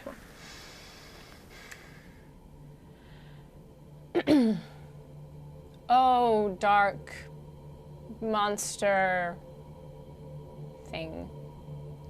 Bring sadness. You know what? This is dumb. Can we get to the part with the human sacrifice? There's no human sacrifice. Dude. What? How? And you have to have like a fatted calf Yes. No. or a unicorn. Why are you agreeing with her? Or a virgin. Absolutely. We can use Leonard. No, you can't use me. Guys, I'm totally not a virgin, all right? not a virgin. Prove I've it. done the sex. Describe it in detail. There's two of Step us. one. Step one, man loves a woman. And then I'll take that. And plus, this one was trying on bras in my room. Pretty sure still a virgin. We could kill Alan. And we can kill Alan. Kill Alan! We're not killing anybody. Cut your hand, put blood in the bowl. No more fun. Wait. Did one of you already use this? No. Because I would bet money that one of you is a leper. This is why I didn't want her to be in the cult. I didn't want her in the cult. I don't want you in the cult. It's not your cult. It is now. You know what? Fine. I don't want to do this anymore. There is no cult. You can't. No cult. Leonard, You're a nightmare. I'm a hero. I just saved the entire world from your evil cult. What? Okay, good. My dad needs his bowl. No cult. Be done. Leonard! Excuse me. You're a nightmare. I'm a nightmare? I just saved the world from your evil cult. Get out of here. Get out of here. My dad needs his bowl and his letter opener. I'm gonna get that back. I'll get it to you. I'll see you later. Tuesday. You got white Your stuff. friend sucks. Are you okay? I'm so sorry about the Are you wax. all right? Fine. Oh my god. I'm so sorry.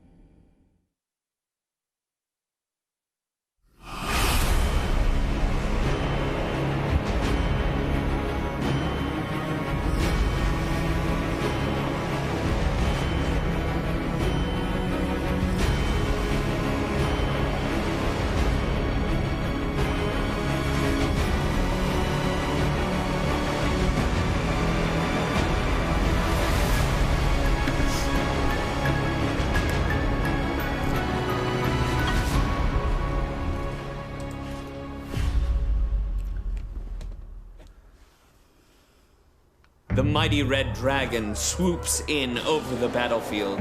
The wind beating from its wings nearly knocks you over.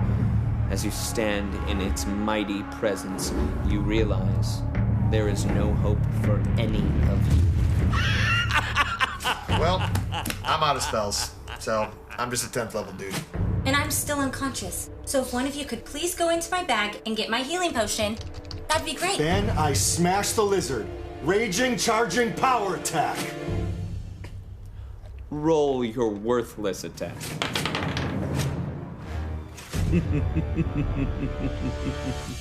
Your pitiful attack glances off the dragon's scale, and it opens its mouth, casting you in the molten glow of its inner heat as it prepares to release its fiery breath upon you all. Wait, I haven't gone yet. What weapon could you possibly have to defeat the great dragon? The greatest weapon in all the realm, forged by Norse Foundry to defeat all evil. No, it can't be.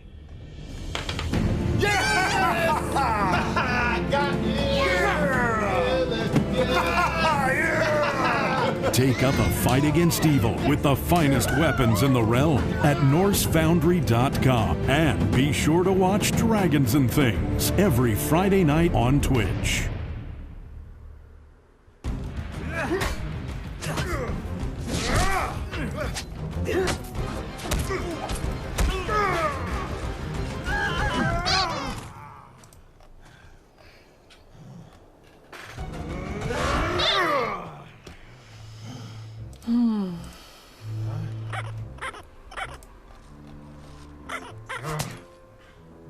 Inappropriate sound is inappropriate.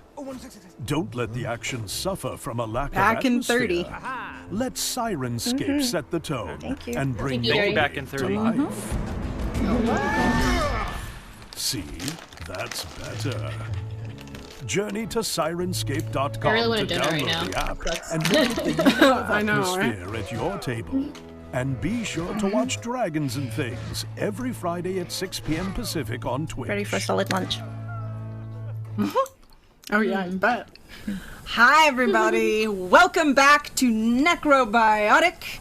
We're gonna hop right back into everything, but real quick, thank you everyone who has subbed and followed the DAT Network here. That's absolutely fantastic. We really appreciate it. Really helps us out, and we just love seeing your faces. Come and join us with all this fun stuff. And also, if you guys would like to go head on over and check out what Necrobiotic is all about, you can actually see them on the Kickstarter right now. tinyurl.com/necrodat, I think. Probably drop it down in chat and you can go that direction. So go check it out, you guys. I believe it is already funded, so why not? It's a pretty cool system. I recommend it. It's a really cool world.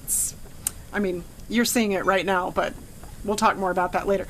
So, where we left off last, I believe that Alessi had just solved the entire case. So, no, last time we left off, we basically at this point have discovered that there seem to be 6 people missing, and it all seems to be associated with this space somehow. So, oh my god, I'm sorry I have to say this real quick, that Alex Rogue, or rather Diana, says that her bird likes it when I laugh, and now my day is made. Anyway. My iPad back to what we were during doing. The break. So I'll just be holding it up to my eye from now on. It did. The duct tape's not working, eh? The duct tape is not working. Oh, goodness. I'm so sorry. We tried safety pin, but that seemed dangerous to put near your eye, so, you know, probably not that. Anyway, yeah, so, so we'll hop right back in. Last where we left you all, you were talking about the blood, the trails, everything. So far, if you're just joining us, basically we have what has slowly they have discovered to be 6 missing persons. It all somehow seems to be associated with this area of the Citadel of Science, which is the builder area where they do make the constructs. If you're new to Necrobiotic, the constructs are dead bodies that are being reanimated using steam technology, or steampunk really technology in this instance, so that they can do the work of the world, the labor force, the farms, all of those kind of things, because so many people have died. So that's basically where we caught up. I believe, Alessi, you had just given your dissertation on what you believe has happened.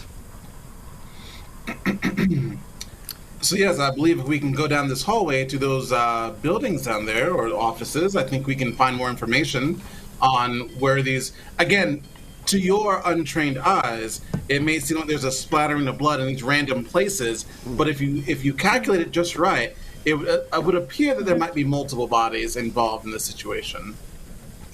6. At least. Right, you keep saying that, but I didn't. That's not something I discovered, so I can't confirm that. In the experimental area. And how did you get to 6G without my assistance? Smart. Real smart. Someone told her I was there. Elspeth has just started hobbling down the hallway towards toward where we need to go. Miss Elder, please, not unescorted. Wait for the rest of us. We don't know what could be lying in wait down there. Oh no! I will definitely outrun you if I leave slightly before all of you. Oh no! What shall we do? I keep continuing at my very slow pace. Can we keep going at a slower pace? I want to see. I want to see. I want to see her run. I want to see if she can. I want to see it happen. I want to see if she drops donuts as she moves. Can we just move slowly, please? I mean, you know, why not? Everyone moves slowly. Take bets on how many donuts come out.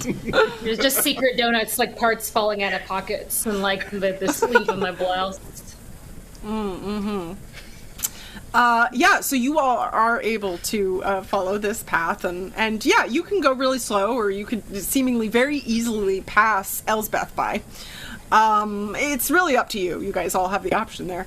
But as there's a lot of stuff that's happening down here. It looks like they're kind of different sections where different groups of people are working on various different aspects of building constructs. And then, like the person that you spoke with, G, there do seem to be some smaller spaces, some that have people in them, some that don't seem to be currently occupied. What would you all like to do at this point? Start knocking on doors. Okay. Unless you got a better idea, Miss Elspeth. Oh no, not old me. I've never been down here in my life. I kind of like be off, and I go to look for someone who I know, which maybe I don't know if I would down here. Okay, I mean, I think it's likely. Let's see. I think if you wanted to, oh, I'm in the wrong place. Utilize a skill. I feel like you have a skill that's like that. You could utilize. I would say you could utilize politics, or Yeah, let's see what that's like. How do I do this thing? Okay. So this would be a gear skill, and you are not trained in it, so you would just use one card, basically. You're looking for spades or 8. I have 1 spade card. Ah, there you go. That's a success. So, yeah, as you're looking around, success. Ta-da! Woof! Woof is a success! So you kind of take a look around, and you do, in fact, you see somebody that you kind of know in passing. You're kind of acquaintances with them, not super close, but somebody that you do know. It's, where's my right tab?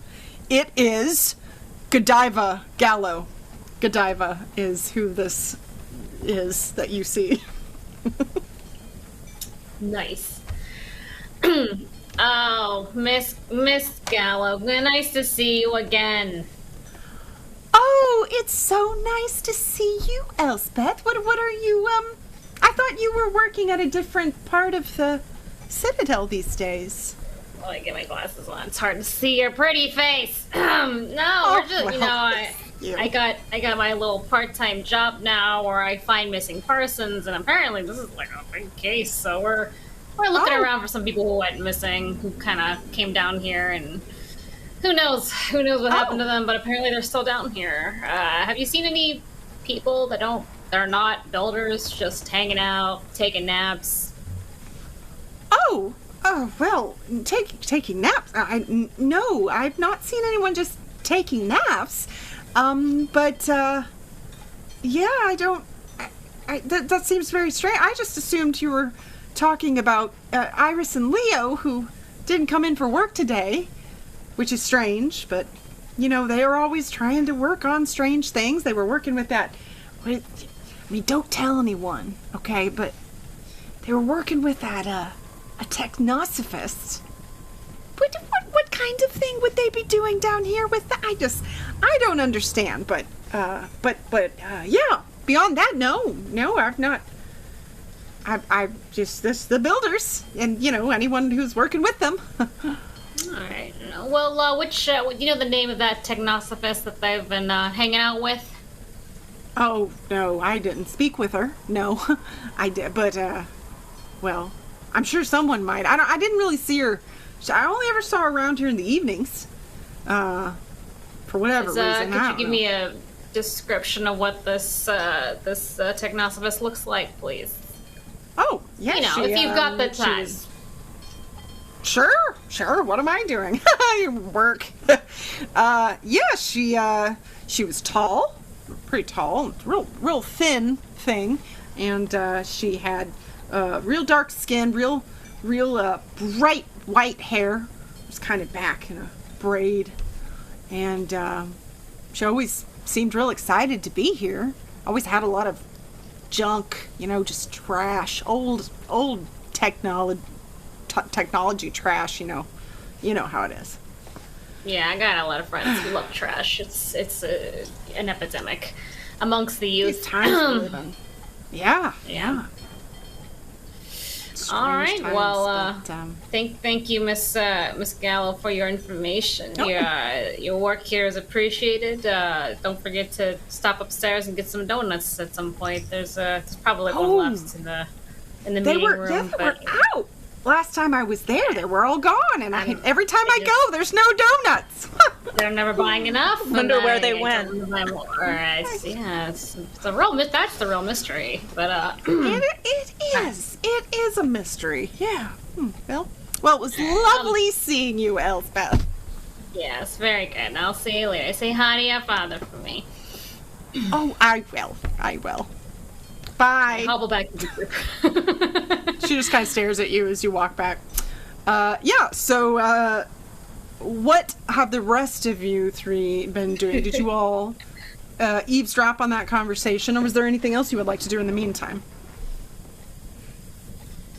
I'm just patiently waiting for Miss Elspeth to return. Eavesdropping ain't polite. Oh, I'm gonna. That's very true.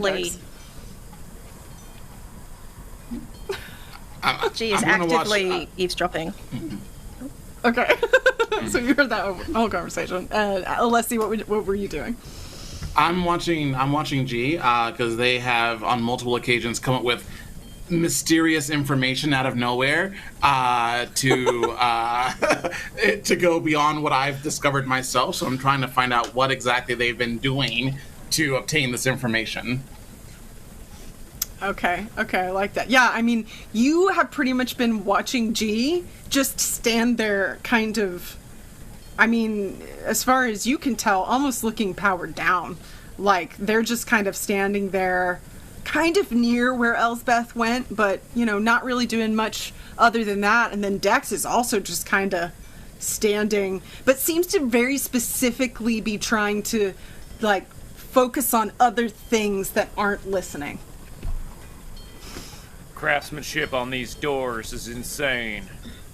All right. Let's hurry up and solve these crimes. My back's killing me. We're looking for a technosophist with a young lady, maybe, who's been talking to apparently some architects down here, and is collecting the garbage, or the old tech, as you kids keep calling it, the recycling stuff. And it seems to be a little bit connected, so wait, is this in addition to the technosophist we were already looking for?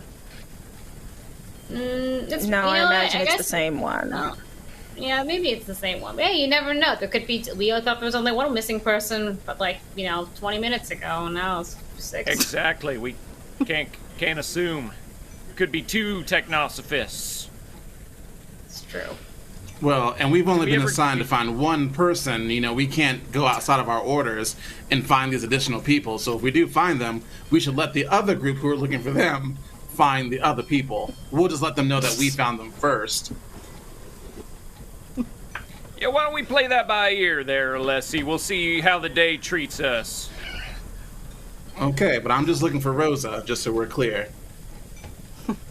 Did we ever get a physical description of that technosophist we're looking for? Did it match the one that you were just given? I don't either. Listen, I don't listen to every conversation that y'all have, because it's too much information. I know what I know, and whatever else everyone else knows, that's great too. But yeah, tall, thin, dark skin, white hair, braids, technosophist. That's what I'm looking for. You can look for whoever you want. I will say that you all know how to do your job, and you probably definitely did get a description of Rosa. I mean, if you'd rather not have. I don't expect you guys to be missing person specialists. Your characters are. So, yeah, but unless you didn't want to, but if you did, the description does seem similar, yes. Perfect. Okay. I think we would have asked. We're pros. It's hard to find someone you don't know what they look like. Hey, you missing? No? All right. Everybody who's missing, raise your hands. Raise your hands if you're missing. It is possible that I did forget that the first person who was missing was a technologist. It's possible I might forget that. That's okay. So, you all now have this information, and it does, as far as you can tell, seem like, yeah, there's potential. It seems like the information you guys are gaining is starting to cross back to information you had before. So, at the very least, it seems like you're hot on the trail. So, Dex, I think the last thing you wanted to do was knock on doors. Now, I will also remind you, you do have that GPS that G had, that you all were tracking. You could take a double look at that and see if that gives you anything. I would like to do that. Okay.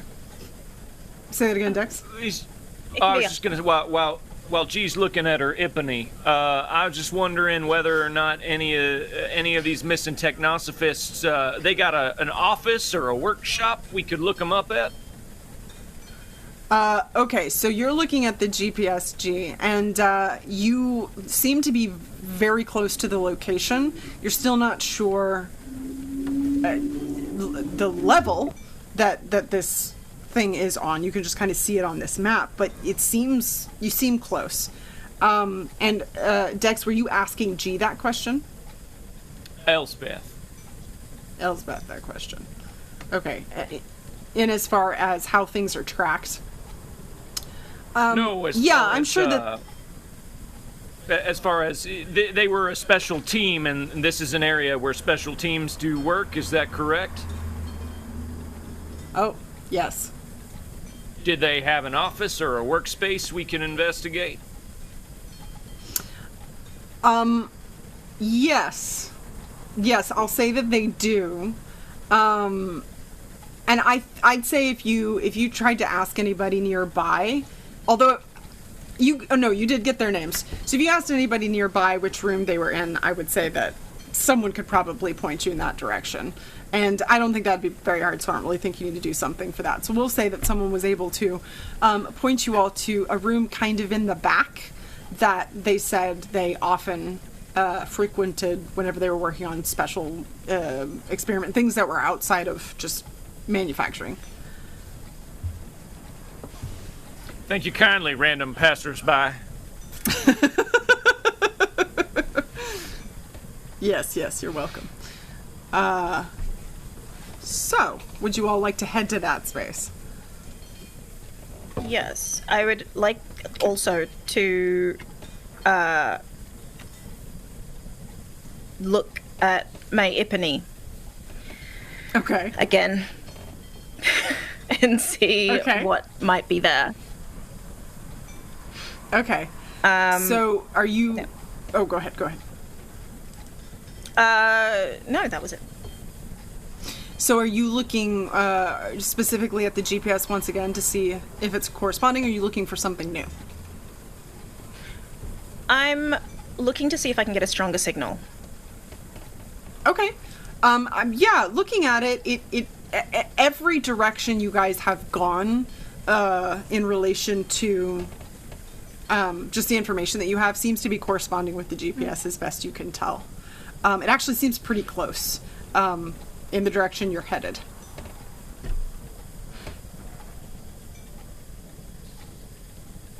Could I look for something different as well? Sure, what do you want to look for? So we've got a builder working with a technosophist. That is problematic in general, but could I look to see if there is unusual or unusual tech that still connects with this? Yeah. So are you looking in the environment, or are you trying to look to essentially ping other devices via your device? Yes, that's what I'm trying to do. I'd like to ping other devices. Okay. So I would say that would be... Yeah, I'd say that'd be computer science. I would also take electronic assembly. I guess they're effectively the same thing in this instance. So if you have something spades or an 8, I'd say you could do that. I have a spades. I would like to use... Oh, I would like to draw blind and push it. Push it good. I don't remember what the term is. Push the limit. Good. Push it real good. I like to push the limit and just see what comes out. Yeah. Oh. So, we haven't come upon this yet, but to push the limit, they are basically drawing blind. So what happens is from the deck of the deck of cards, you pull a card and you play it immediately. So that's pushing the limit. So go for it. Yeah. I pushed the limit and I got a king. Wow, so I put that worked. down. I put that worked. down. Yep. And I draw it immediately again, don't I? Is that right? Well, you have a special thing that allows you to draw 2 and choose. All right, then I think you would discard the other. Right. But come on, I'm going to use the king. There's no way. Yeah, for sure. There's no way. That's a king. That's an interesting thing, though, because in this instance, the king in this game is a negative. So I actually think in this instance, you wouldn't be utilizing that spade. It would be giving you your negative to this play. I could be interpreting that wrong, but the two cards instead of one.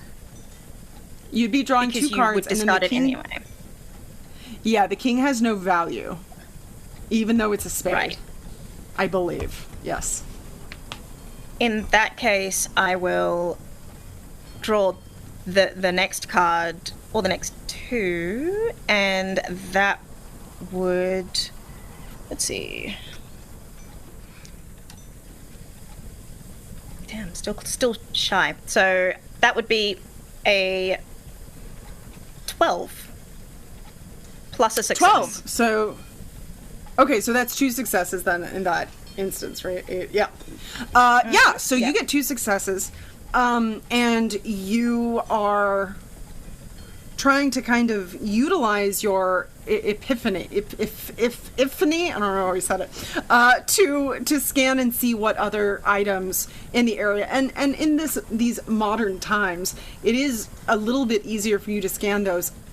It helps if they have some sort of signal, of course. So if they don't, it's a bit harder, but you can kind of ping the space because most everything else is powered by Steam these days, and that's the main thing that's being utilized. So as you do that, there's a room that kind of looks like it's at the very back corner of this area, and you do notice you get a few pings on some old tech that seems to be coming from that area, but there also seems to be some that's like further away. However, there's just a wall there, so you don't really know, like, maybe it's outside or maybe it's a different part of the building, but there's not access that you can see. But there is the door that goes into this office, which it seems like that was the direction you were headed anyway. So, remind me how the king works. So the king, basically, as you draw it, you immediately discard it and draw a new card to replace it. And then in your play, it affects that play. So, in this instance, it's like your hindrance comes in some way here. So, okay, you can interpret that however you would like. Okay. So, G is going to say, oh yeah, it's heading over in that direction. Something about this smells...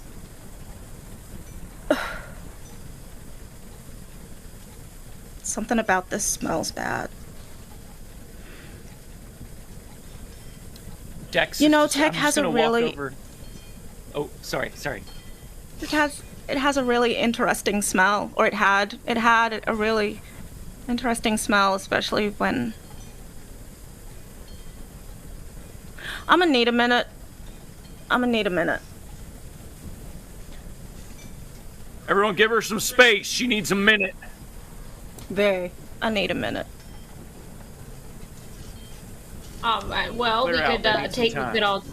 We can take a short rest. I mean, I forgot so just this whole time I've had this little cane that when you kind of like go like this, it opens. It's like a little chair. You know, they can kind of... Yeah, I know exactly what you're talking about. Yeah, I've always wanted one. I really want to get one soon. But anyway, this is Michelle talking. And I walk over to G. G, listen, I don't know what's going on. I don't know what you're going through, but hey, here's a little chair for your troubles. I just offer the chair to G.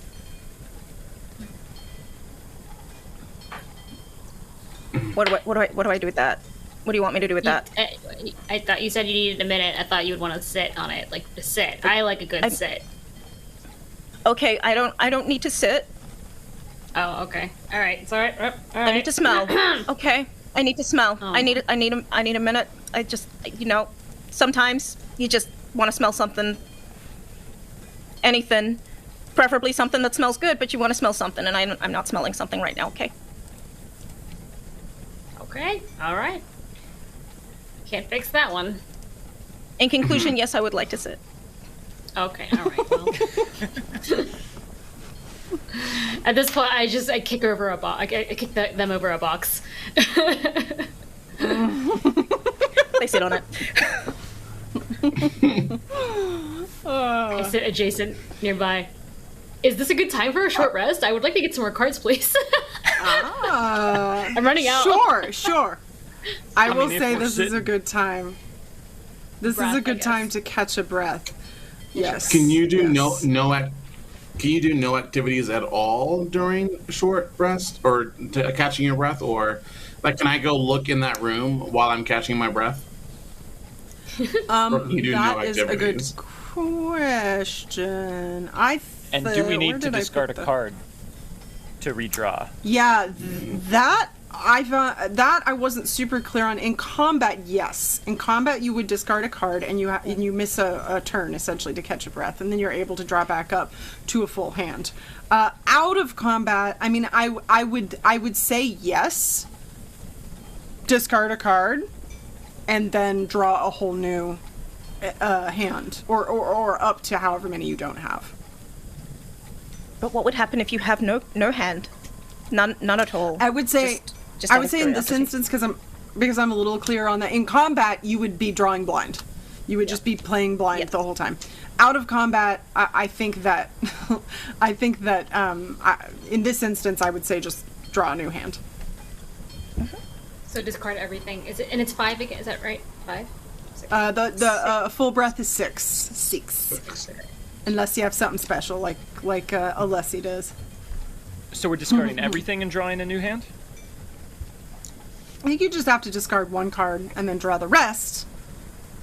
I don't know if there is a way to govern getting rid of everything and drawing something new. My guess is that you would not do that, no?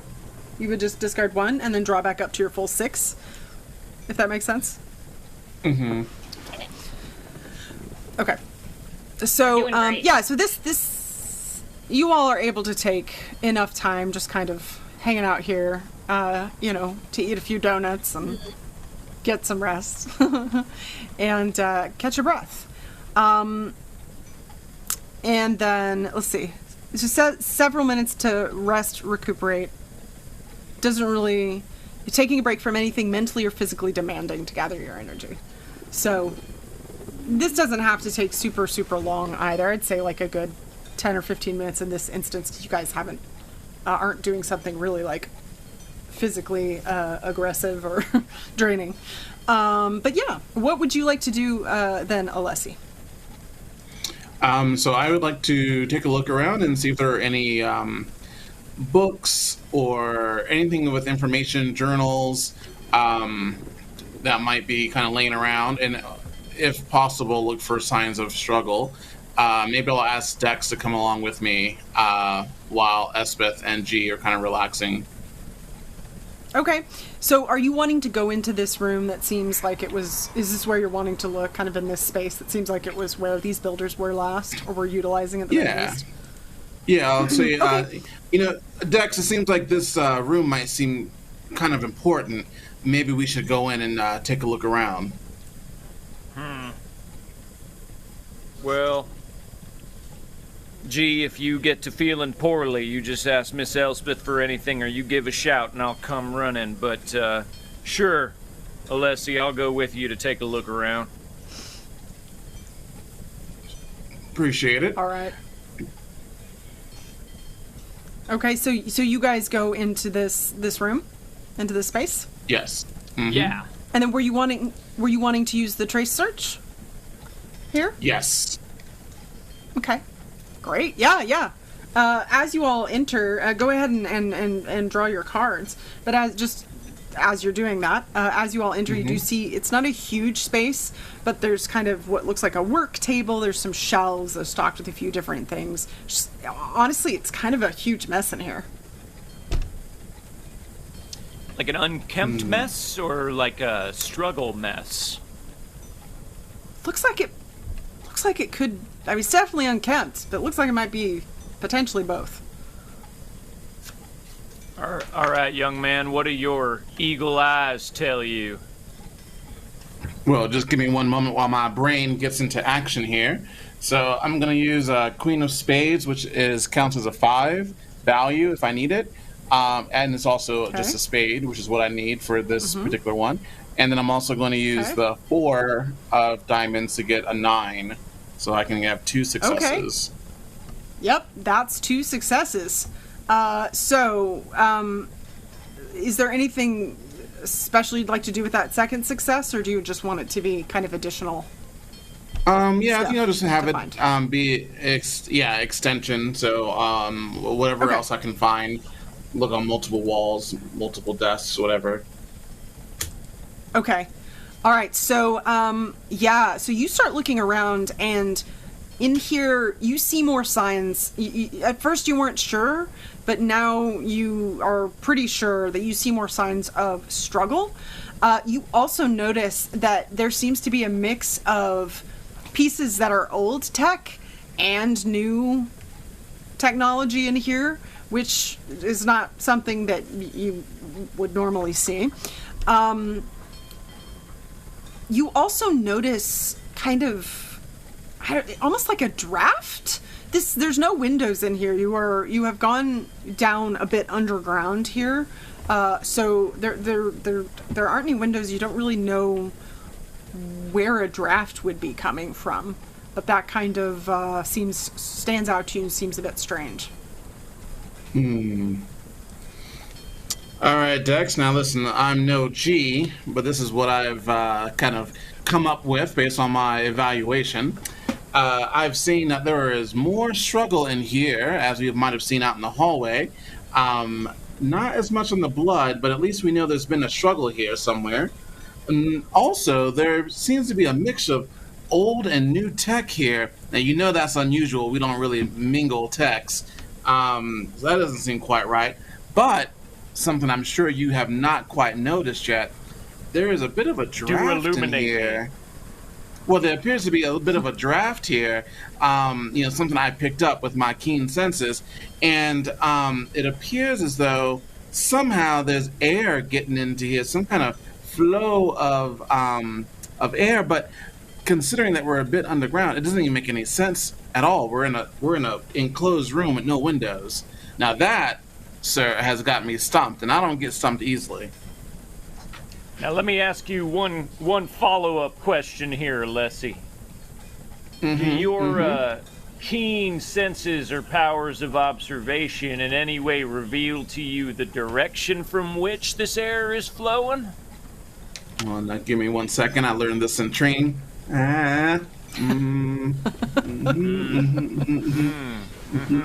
are you picking up on? Okay.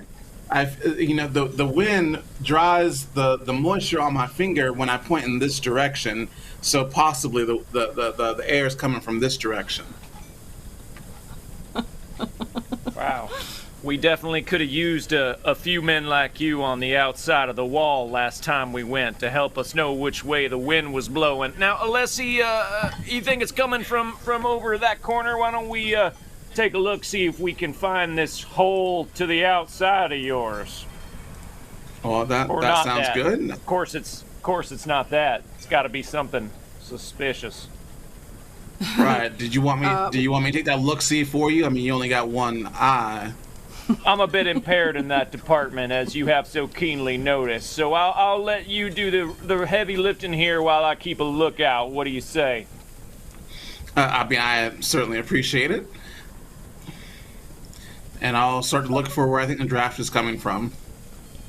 Okay, I think this, in this instance, would be investigations. That's clubs. Or steam. Oh.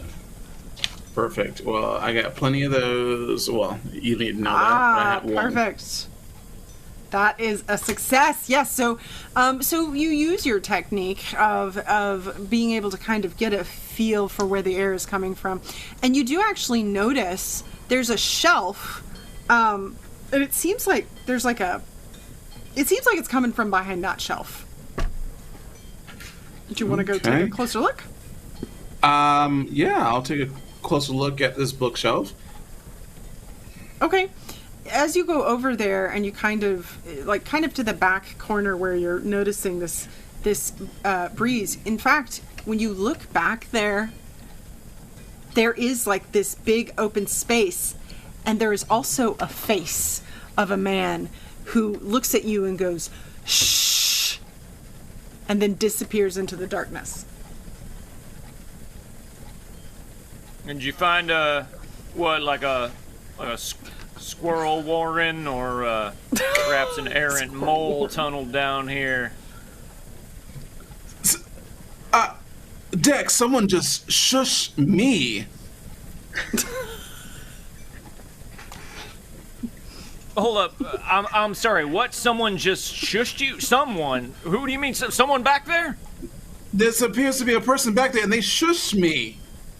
All right, well, let's move past that bit. You know, what's back behind this bookcase? You're allowed to talk, Alessi. Yeah, well, there's a face. They shushed me, and then they went behind. They disappeared into the shadows. I think we need to move this bookcase here, Dex. I mean, you've got the muscles. I'm just, I have the brains. So if you could just move this bookshelf, maybe we can figure it out. I'm going to get my crossbow ready, though. How heavy does the bookshelf look? I mean, it looks like a solid piece, but you might be able to do it. You are pretty tough. Not as tough, unarmored, though, like, Sure. I don't know. You want to take 10 minutes to put your armor on? Well, I mean, there's something clearly back here, Dex. I mean, I don't know what you're waiting for. Why would... All you got to do is move it out the way. It's a bit more involved than that, young man. Why don't you see if you can initiate communication while I start preparing to move the bookshelf? And I'll take the casket down off my back, and I want to open it up, revealing a gleaming silver, highly polished, well-maintained suit of armor of some kind, and start just pulling out pieces of them and buckling them onto parts of me and snapping them into place. This makes me think of putting on Stormtrooper. Give me a minute or 10. I'm gonna leave the room and close the door behind me, and go over to G and Elspeth. Well, Dex appears to be getting ready. There appears to be something behind the bookshelf there, and I think it's important that we all go in there. Someone, by the way, the most important thing here is that someone shushed me. Yes, someone shushed me and then went into the background. So I think it's important that we find out who this person is, who had the audacity to shush me.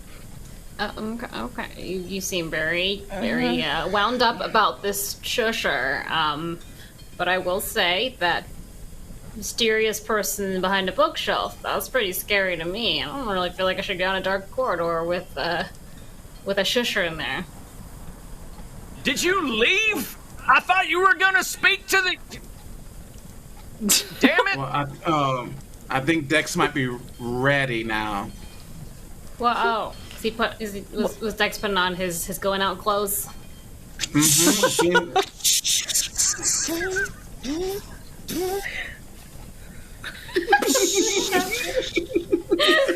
RoboCop walks in. We're playing this game, right? Pretty sure. Cool. Elspeth, did you bring any kind of lighting device, a flashlight or something, I believe, G, I've seen you use your phone to produce light before, right? Mm-hmm. You can use that. Yep, I can. I can. I've really just got this leather vest on and some donuts and a cane. I've got nothing else, literally. Wow. Prepared. Yeah, but you've saved our lives many a time, Elspeth, in a pinch. She right. heads in the direction of preparation. Okay. Would Dex, would you like to try and move this shelf as they are funneling into the room?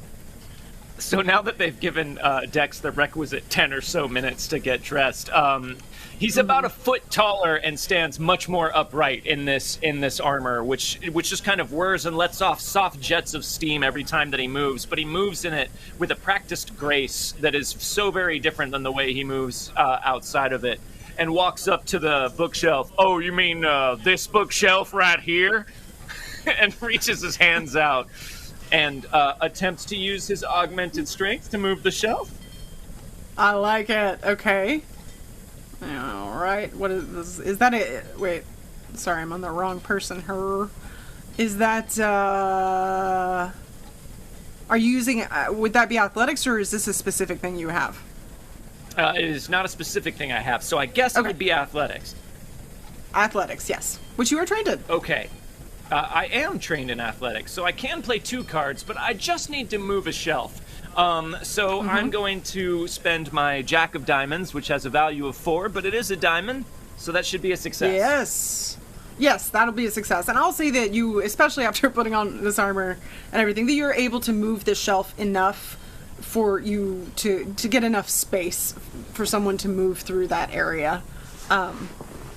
So yes, you are able to push it aside.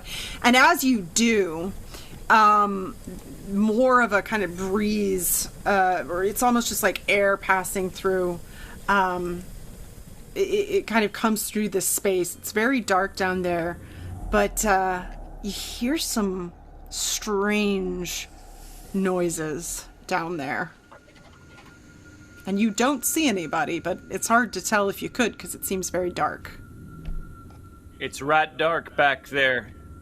I feel that we should proceed with caution. I'll just all right pull out my phone. Maybe. Put on the light. Yeah. I guess. Yeah. Yeah. You as walk you behind as you me, G. Use me as a human shield. Yes, Uncle. Yeah, you're able to use the light, and as G shines the light down there, you can kind of see it looks like a kind of an old pathway. This it looks like it's been dug out. Like it's like it's down into the ground. Maybe it's connecting to an old cave. You're not really sure, but it doesn't look like a part of the structure that was originally built to be utilized. Would you all like to move into the tunnel? Okay. Yeah. Yeah.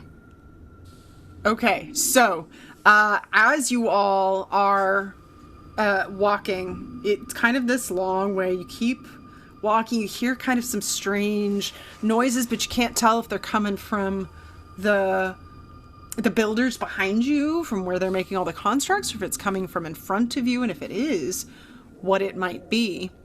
But all of a sudden, it kind of looks like it opens up into this bigger space. And as it does, this arm of some kind reaches out and tries to grab. I assume, Dex, you're the one who's in front, yes? Yeah. It's going to reach out and try to grab a hold of you. And at this point, well, I'll let you react first. Would you like to make a reaction to try to avoid getting grabbed? Yes, I believe that I would. Okay, this will be athletics, essentially, to try and keep from getting grabbed. So that should be governed by steel. I got another diamond, so I will spend that to avoid being grabbed.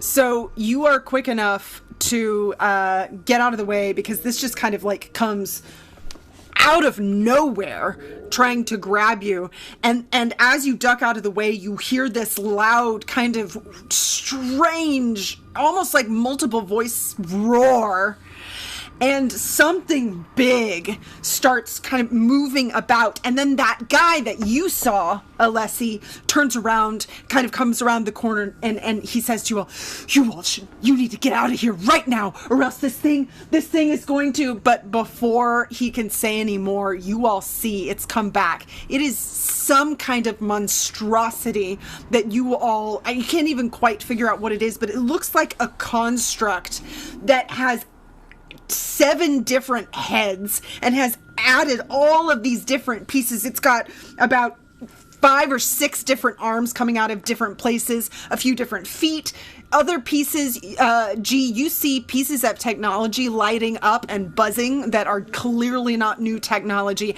and we are going to move into a combat. All right, so this giant thing just tried to grab you, and then it ran off. So I'm going to say in this instance, it tried to do its one thing, and now you all have the opportunity to do stuff. But as you're looking at it, actually, what I will say, pieces of it, like one of them, it takes about 3 different hands that come off of it, and they kind of like knot themselves together, and they start scuttling about the room. And there's another piece that looks like it's a hand and a foot, and then some other pieces of technology that don't quite make sense, and it kind of scuttles off and goes in a different direction. So as far as you can tell, it's a little dark in here, but there's the one really big thing, and then there are a few little pieces that are running about, as well as this other person who seems to be in the space. All right, so in combat, in Necrobiotic, this group gets to go in whatever order they would like, as long as everybody gets to go once and they can make a play. So does anyone have anything they would like to do right now? I do. I have, since the thing tried to grab me and I'm up front, Dex is going to look back. I'm going to look back over my shoulder and shout to everyone, "There's pieces all over the place! I'm going to distract the big one!" And I just start, like, striding towards it, and as I go, I want to try and flick both of my wrists and activate my extrusion blades with my armor and see if I can open up with a big attack against this thing. I like it. That's the techno-powered combat skill, which is governed by gear. So I'm going to spend 2 spades to get 2 successes on that. Okay, so the first success in combat is always the damage, the attack success. So how much damage does that do? My extrusion blades basically, I think they shoot out of my wrists and then back in. They do 4 damage. Whew, boy. Okay, so that's going to be 4 stress off of this creature. But I got 2 successes. You did. So what would you like to do with that other success? I would like to deal my damage again, if I could. Oh boy, yeah, okay. You are able to do that indeed. You've done 8 stress to this. I want to say that I just kind of go striding in and then leap through the air with some sort of, like, just grunted battle cry. And as these blades shoot out of my wrists, I just stab them right into the middle of this thing's mass. And then they jet back into my wrists, and I step back and adopt a fighting stance. "Come on, you big one, what you got?" So as you do that, as you get a little bit closer, you see different pieces, and as you stab it with both of your extrusion blades, it screams, and it's like every voice of whatever is a part of it screams. And as you stab in, you just get a glimpse of a child's face on this thing. All right, who would like to go next? In it or on it? A part of it. Oh. Well, that's unpleasant. Yeah, it is. She would like to go next. Okay. As Dex runs off, G's just gonna say, "Uncle, what are you? Oh, okay." And I would like to air taser because it's running away. So she would like to air taser it and try to stun it.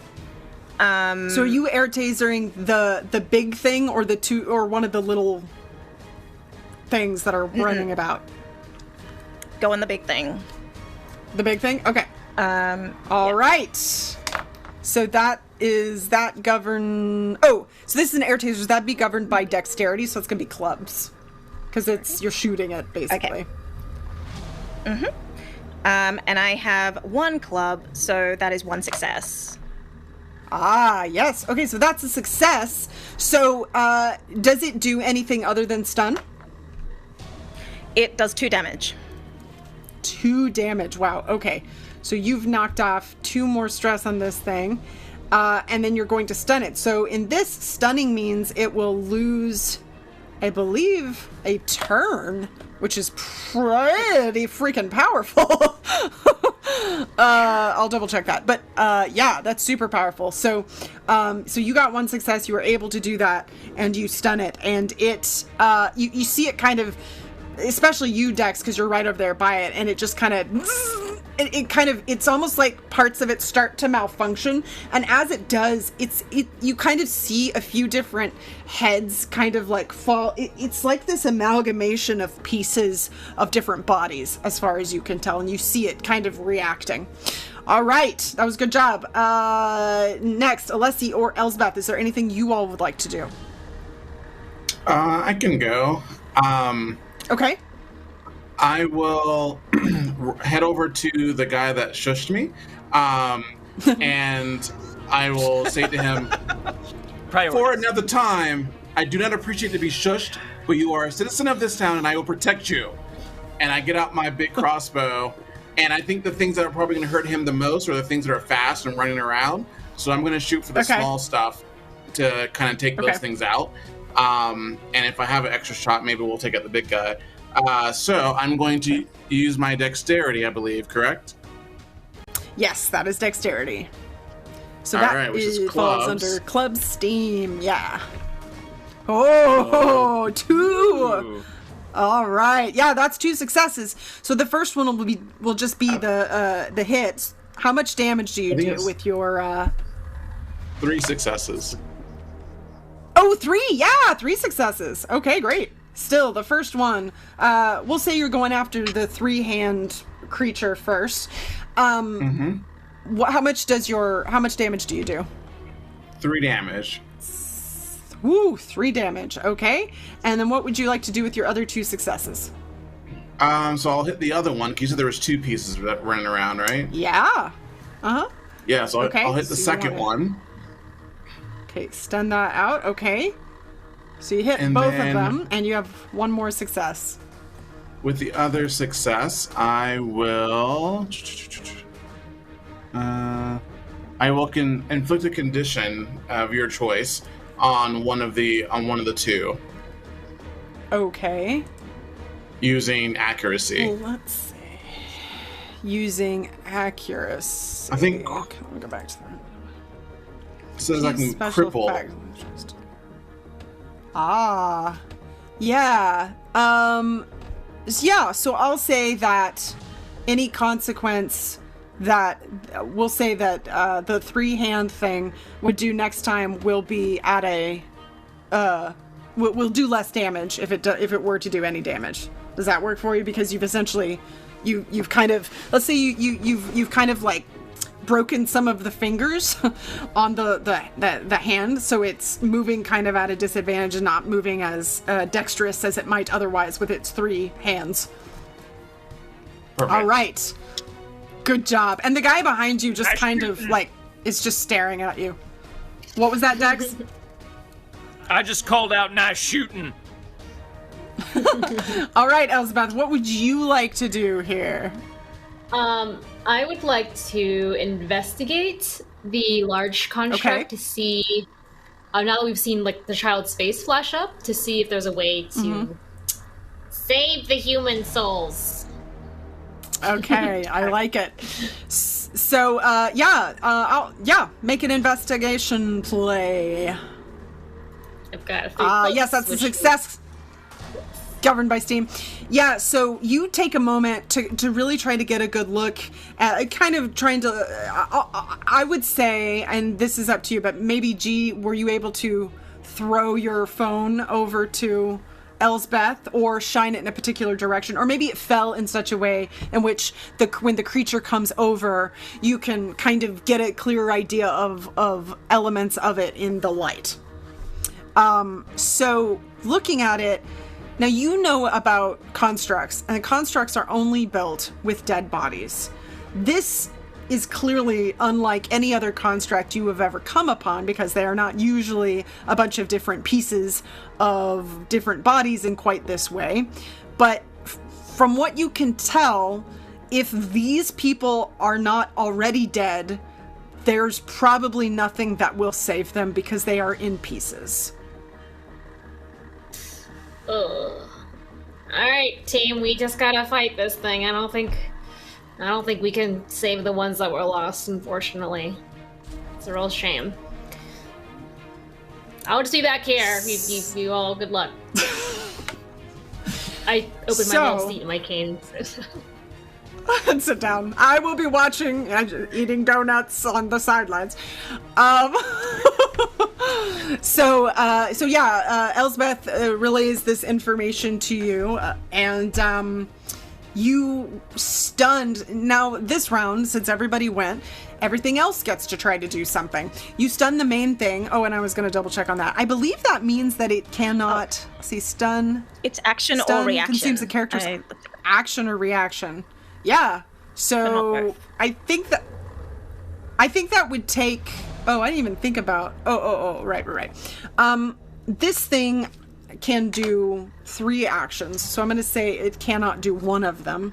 And then the next thing it's going to do, because Dex, you've attacked it, it's going to try and take what looks like an arm that has been mixed with some old technology, and it's just trying to slash right through you with this arm. Do your worst, you damned abomination! Would you like to react? What would I be reacting with? Combat. Combat's this. Sorry, real quick. Oh, wait, maybe. No. Actually, no. I would not like to. I cannot react. You're not going to react. Okay, so this thing. And, yeah. Okay. So this thing comes and, I mean, it basically just hooks onto you and tries to slice through you. It's going to do 3 damage to you. So well, I'll take one of those damages because my armor reduces damage by 2. Okay, so that's 1 trauma that's going to go into steel. Okay. So yeah. So no negatives. It's not right now. It's not able to quite tear through my armor, but its attack really drives the wind out of me and staggers me back. This thing's got some toughness. All right, and it's got something else it can do, because I'm gonna say that as it did that, let me get her. I'm gonna say that it is going to centralize you for it right now, because, well, and I guess for the other things that are attacking, because you are the main thing that attacked it. So it kind of calls the other 2 things along. Now, one of them already can't do anything really because it's been crippled and it doesn't have a lot of things that it could have done anyway. But the other one, the one that's like a hand and a foot, kind of comes over, and it seems to have some kind of technology or something. It's just trying to kind of climb up you and do some damage to you. But I'm gonna go ahead and say, because you have your armor, it just really can't get through your armor. It's just too tough for this one little dinky hand and foot. Things are all over me. Yeah. All right. That was that round. Those guys couldn't do a whole lot. The other guy in the room, it just seems to be kind of doesn't really know what to do and is watching this all play out. All right. Now, you guys are on the next round, so you can go in whatever order you would like. Everything is pretty much surrounding Dex. Okay. I'm going to talk to the person behind me. Okay. And I think I can't do interrogation while in combat, so I'm gonna have to use basic flesh skills. Okay. To see if I can just talk to them. So I'm gonna use charisma, I guess, to try and talk to them and say, "Sir, I don't know exactly what's happening here, but if you don't tell us everything everything you know, we are not going to survive this." And I use my Ace of Hearts. Yes. Okay, so that's a success. I like it. So, so he turns to you and he just says, "Listen, we were just trying to build a better piece of technology that could do more things, and I don't know what happened. Something went really wrong, and it's just gone on a rampage. It thinks it's broken and it's trying to repair itself, and I've been trying to stop it, but all I've been able to do is keep myself alive at this point." Who is this we? It's me and the other and Iris, who I was working on the project with. And Leo. Oh yeah, that's me. I'm Leo. Oh, you're Leo. Well, okay. Yeah. One down. So,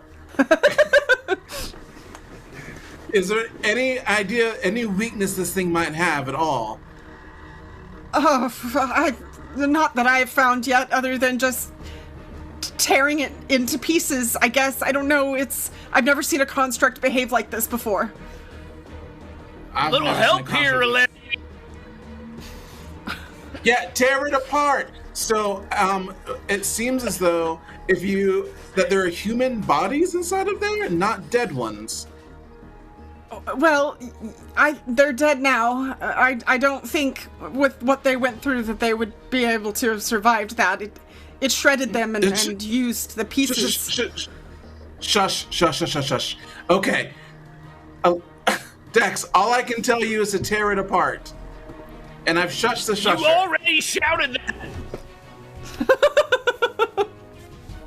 What do you think I'm trying to do? I'll get back to Leo later. Yeah, that was my turn. Okay. All right. I'll go. I'm completely surrounded by all these things and being told I need to tear them apart, but first I'm going to need to catch my breath. So I'm going to discard a card and redraw my hand. And as I do, I'm going to pull a lever on my arm that ejects like a burned and charred and used up wood pellet that was the power source for my extrusion blades. And I'll say that's okay. As I'm fighting things off, I'm getting my armor set up to activate again. Okay, I like it. All right, G or Elsbeth, is there anything you all would like to do? I would like to try to shut it down. Okay, all right. How would you like to do that? This isn't helpful to me because I don't have any clubs, but I would like to use reasoning and try to reprogram it, or at least part of it, like what I can get through, and try to hack into it. Okay, I like that. I'll give you that for sure. Sweet. So I'm gonna drop a card and draw 2. Okay. And I am going to keep the club I get to go with this 7 that I have, and I have 2 successes. Oh, okay, I like that. Yeah. So, I'm gonna say that you can tell that it has old tech. And so you are trying to hack into that old tech to see if you can change, just give it some kind of command, or even just kind of tear it down enough to cause a problem. So I'm gonna say that you're able to do that. And is there something specific you would like to keep it from doing other than just directly shutting it down, or is that what you're looking for? That's what they're looking for, but what they'll settle for is shutting down its, swing ability so that it can't hit. Oh, okay. So here's what I'm going to say happens. As you do that, what you're actually able to do is kind of start causing different pieces on it to like the different old tech to malfunction. And so it's kind of like buzzing out. And as it does that, different pieces, different arms of it are kind of like becoming useless. And it's got all these pieces that are falling off of it that it can no longer utilize. So it's now mostly just the main mass of the body that it could do anything with. And I'm gonna say that's gonna do some damage to it, because it is literally doing damage to it. So you got 2 successes, is that correct? Mm-hmm. Yes. Yeah, okay. So I'm gonna say that you're knocking pieces off of it, and I'll say you do 3 damage to it as well in this instance, because it's kind of bursting around here. All right, good job. All right, Elsbeth, is there anything you would like to do? I'm going to use my advanced medicine skill. With the skill, remove the trauma and steel and steam. It's not really super needed yet, but this. So do I have a limit on this, or can I keep doing this gear skill as long as I have cards for it?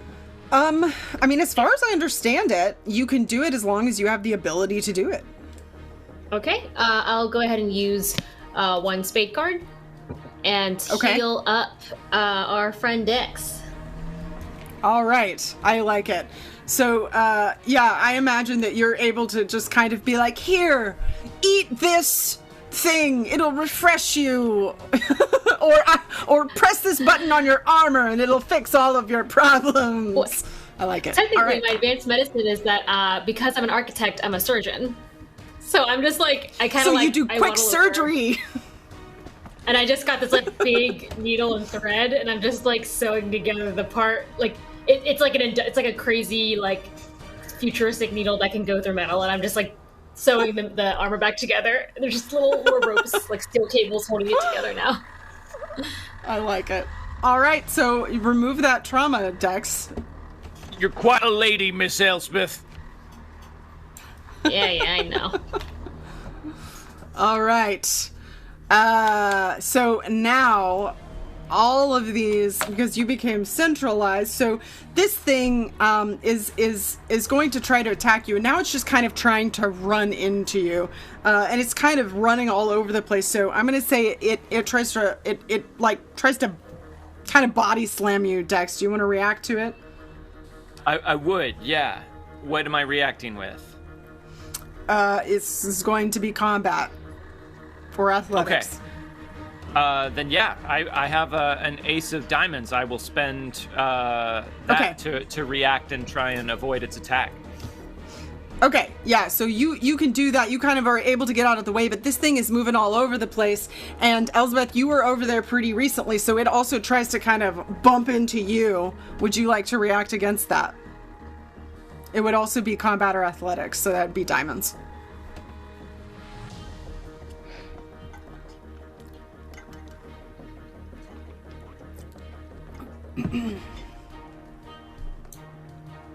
Sorry, is this me? Yeah. No worries. Okay, sorry. I just heard I heard like a thing clip out. So a diamond to not get messed up. Is that correct?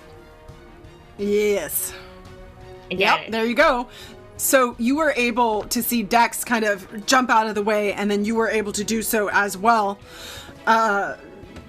This was one of the fastest movements you've ever done, and you were able to stay out of the way. This thing is still continuing its kind of like cycle around, and it's heading towards you, G. Would you like to try to react against this thing coming at you? What do I need to react with? It would also be diamonds. I have a diamond. Mm-hmm. All right, yeah, same thing. Get out of the way. Okay. Yeah, so G is laughing and falls out of the way. I like it. Okay. All right. So this thing tried its best to hit someone and then kind of flopped all over the place. Now there are the two little the hand and foot, I think, was already climbing up you, Dex. So it's going to try to slice at you just kind of under or around your armor as best it can. Would you like to react against that? That would also be athletics or combat. Let it try. Okay, it tries. And does 1 damage to you.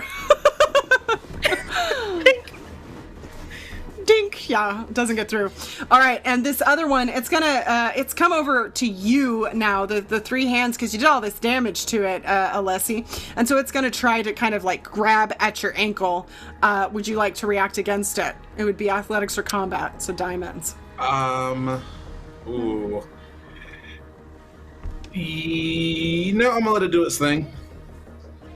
Okay. All right. So it comes up and kind of like grabs onto your leg and starts slicing at your leg and trying to cut through. So it's going to do 1 trauma to you in steel. Okay. All right. So that was their turn, and now it's you guys' turn. So you can go in whatever order you would like to go in. I would like to try to do something similar to what G did, and use my necro-neurological programming skill, because it says I can access construct programming to set up non-standard tasks or to inspect the last commands. So, with this knowledge, do you think that I could use the skill to maybe, this is non-standard tasks, and make it just change its target at least, or change its what thing it wants to do, or calm it down? Okay. Tell me, which skill were you wanting to use again? Sorry, I missed that part. It's called the necro-neurological programming. It's it's underneath advanced medicine. Right, I'm looking at the wrong one. Yeah. Yeah, I'll say that you can... Well, there's so many things under here. Also, I'm in the wrong ones. That would make it harder. Yeah. Yeah, I'll say that there are also commands that are verbal commands. So even if you couldn't get right up next to it, you could try to do that. Yeah. So that would be gear skill, which I have my Joker still, which I'm going to use. Ah, okay, great. Yeah, that's a success. So you're trying to get it to essentially stop attacking. Yes, if that's enough to make it do that. Okay. Or whatever I'm you gonna decide. say, like, maybe it's like prone or something, or I don't know. Yeah, I'm gonna say that because you're able to do that with a success, that you're able to stun it, so that it can't do anything this round. You're able to find a command where it's clearly fighting against the command, but it seems confused, and it has stopped so far. All right, so that was a success. Good job. Who would like to go next? I can go next. Okay. Take care of this little foot hand spider thing on me. I will pull out my sonic truncheon. I will pull it straight up and down and try to slam down on top of it using combat, I believe, right? Yeah. Or you let me know. All right. It's a diamond, and I have a 2 of diamond left. So I will go down, smack it, push a button on top of my truncheon, and that'll be 2 damage plus stun. Yeah. As you do that, you just essentially like all but squash it, and you're able to completely. This thing just doesn't seem to be moving anymore. You didn't even need to stun it. So you took out the hand. I keep doing it anyways. I keep pushing the button anyways because it makes me mad. Yeah, I mean, as you do, like, it just keeps getting flatter and flatter on the floor, so you're getting it. You're definitely getting it.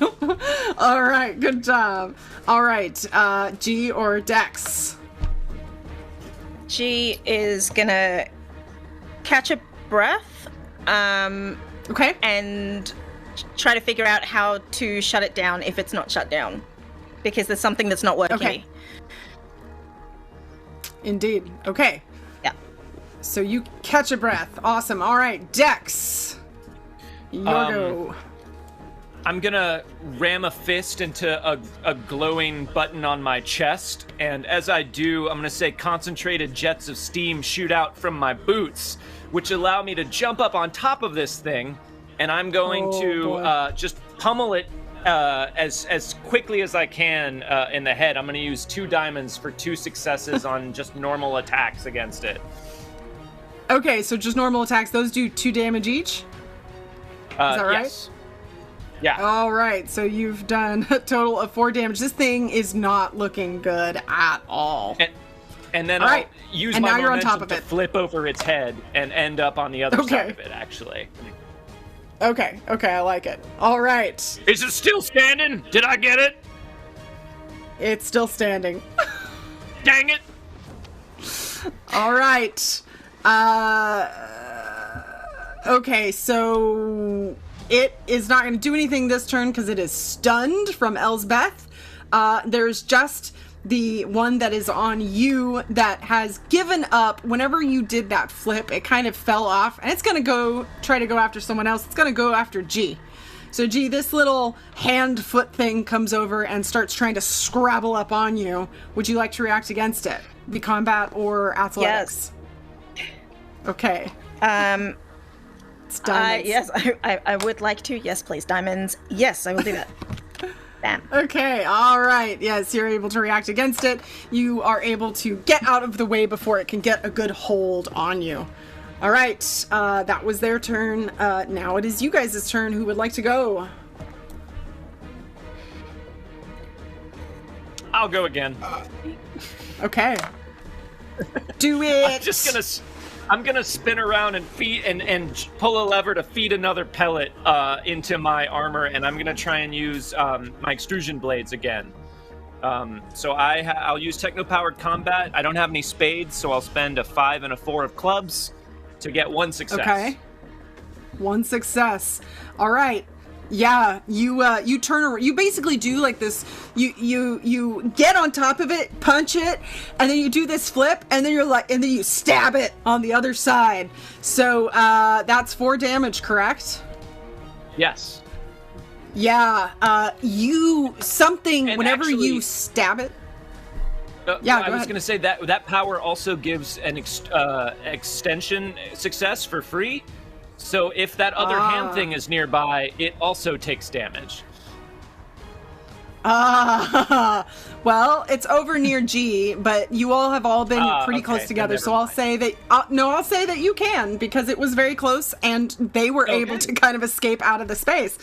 So yeah, you go over there, and not only do you stab this thing. So in that instance, then you would only be doing the 4 damage to this thing.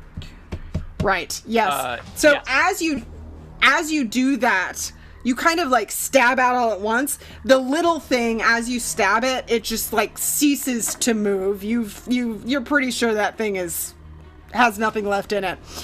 And the big creature, as you do that, like a bunch of gaskets pop on this thing, and steam starts to pour out, and it is not looking good at all. And you can hear it's like multiple moans and screams from different voices coming all at once. All right, who would like to go next? I gotta reload. Finish it off. I can go because it's gonna be pretty risky what I do. Not risky, but not low chances. So I have no cards left, and I've got to protect the citizen. Yeah, so I got to protect the citizen of the Citadel. So I'm going to get my crossbow out and take 1 shot at this monster. So I'm just going to pull 1 card, and that's it. That's how it works. Okay. Just straight up Yu-Gi-Oh. You're pushing the limit. You're empty-handed. Yep. Part of the cards. Part of the cards, right to the camera. Here we go. Oh, it's a diamond, which is it. You're shooting, so you needed clubs. Shooting. I needed clubs. Yeah. So that's not going to be a success. So you aim at it, but it's kind of moving in a strange way because of what Dex did to it last, and it just, as you shoot, it just goes right past it. All right. G or Elsbeth? G is going to try to shut it down again. Okay, I like it. And I'm going to type into my Ipany as fast as I can. I'm also going to push the limit because I have 1 success. Okay. And, oh wait, Jack of clubs, no. So I am 2 successes in. Oh, okay. So you're you're trying to utilize the where did it go? Oh, essentially computer science or reasoning. Yes. Okay. Yeah. Yeah. You are able to once again essentially yeah, you're able to howl at Delilah. It isn't Delilah is what I'm this is the wrong name of the dog. Anyway, sorry. Yeah, you're able to get into these devices once again and you start what seems to be some kind of domino effect, and you destroy one piece that kind of, it's like it gets overloaded, and as that happens, the whole thing starts to scream as more different pieces kind of start to overload and smoke and sizzle, and along with the steam gaskets that had already started to shoot out, the moisture and the electronics together don't mix well, and the whole thing just lets out this horrible sound, and then it starts to fall to the ground, breaking into different pieces, and it stops moving. And you all have successfully defeated this horrible construct. And as everything starts to calm down, Leo comes over and he says, oh my God, thank you all so much. I don't, the only way I was able to stay alive was by giving it different electronic pieces to add to it. I don't know what happened, but it took Iris and it took all these people, and I couldn't do anything to stop it.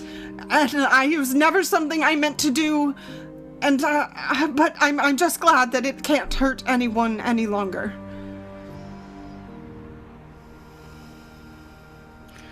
You do realize you'll have to answer for your experiments here. Yes, I do.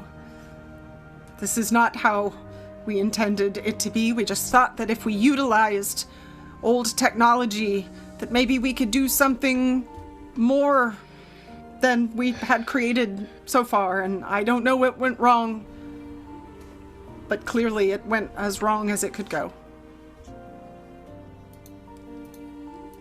The cost of life is 5 other human souls, then it was already a price too high. And you knew that from the beginning. When you've worked down here for as long as we have, as I'm sure you know, advancement becomes your god sometimes, and we were just trying to help. Well, you don't have to worry about that none, because I suspect you ain't gonna be working down here anytime in the near future. Leo just kind of, a tear runs down one cheek, and he just seems quite defeated. And you all are able to turn Leo into the proper authorities to take care of what happened, and you let the people know what happened to their loved ones who need to know. This is quite a big piece of news, as it is very unusual for this many people to not only go missing, but to perish in such a way. And it is the talk for some time, and it really heightens how important it is not to mix old technology with the new. And that is where we will end our session of Necrobiotic this evening. Thank you all so much. Thank you, players, for your lovely characters and playing with you. It was an absolute blast. Thank you, the DAT Network, obviously. Thank you, chat, for everyone who joined us to see what this game is all about. Once again, don't forget to go check it out on Kickstarter. There should be a link, I imagine, that can pop into the chat. I'm not sure what the command for that might be, but I do believe tinyurl.com/necrodat is another way that you can find it. You can search it on Kickstarter. Thank you also to everyone who subbed, who followed this evening. Thank you very much. It is always greatly appreciated. Let's go around real quick. Everybody tell them who you are once again and where they can find you. Let's start with you, Chantal. Hey, that was fun. That was great. I am... I'm Chantal B. You can find me on Twitter at Chantal B. You can find some of my writing at wordswithcolor.com because I am a writer, I'm an actor, I'm a psychologist, I'm a whole number of things. On Monday, you can find me streaming Gehenna Academy, which is a Monster Hearts game, over at Gehenna Gaming. That's at 7:30 Eastern. On Sundays, I am currently playing, GMing or MCing my first game, which is Monster Hearts also. And that's over at NE_actor at 9 a.m. Eastern. And on time zones. And on Saturday, I play Unlawful Disorder, which is an open legend high fantasy game.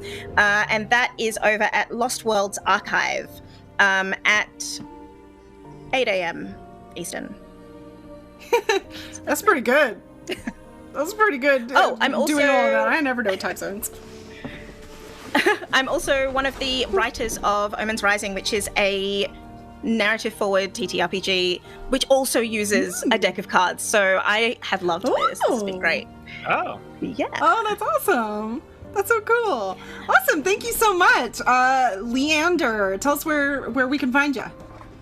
Sure. Hi, everyone, again. Leander Lacey. You can find me on Instagram at LeeJet2.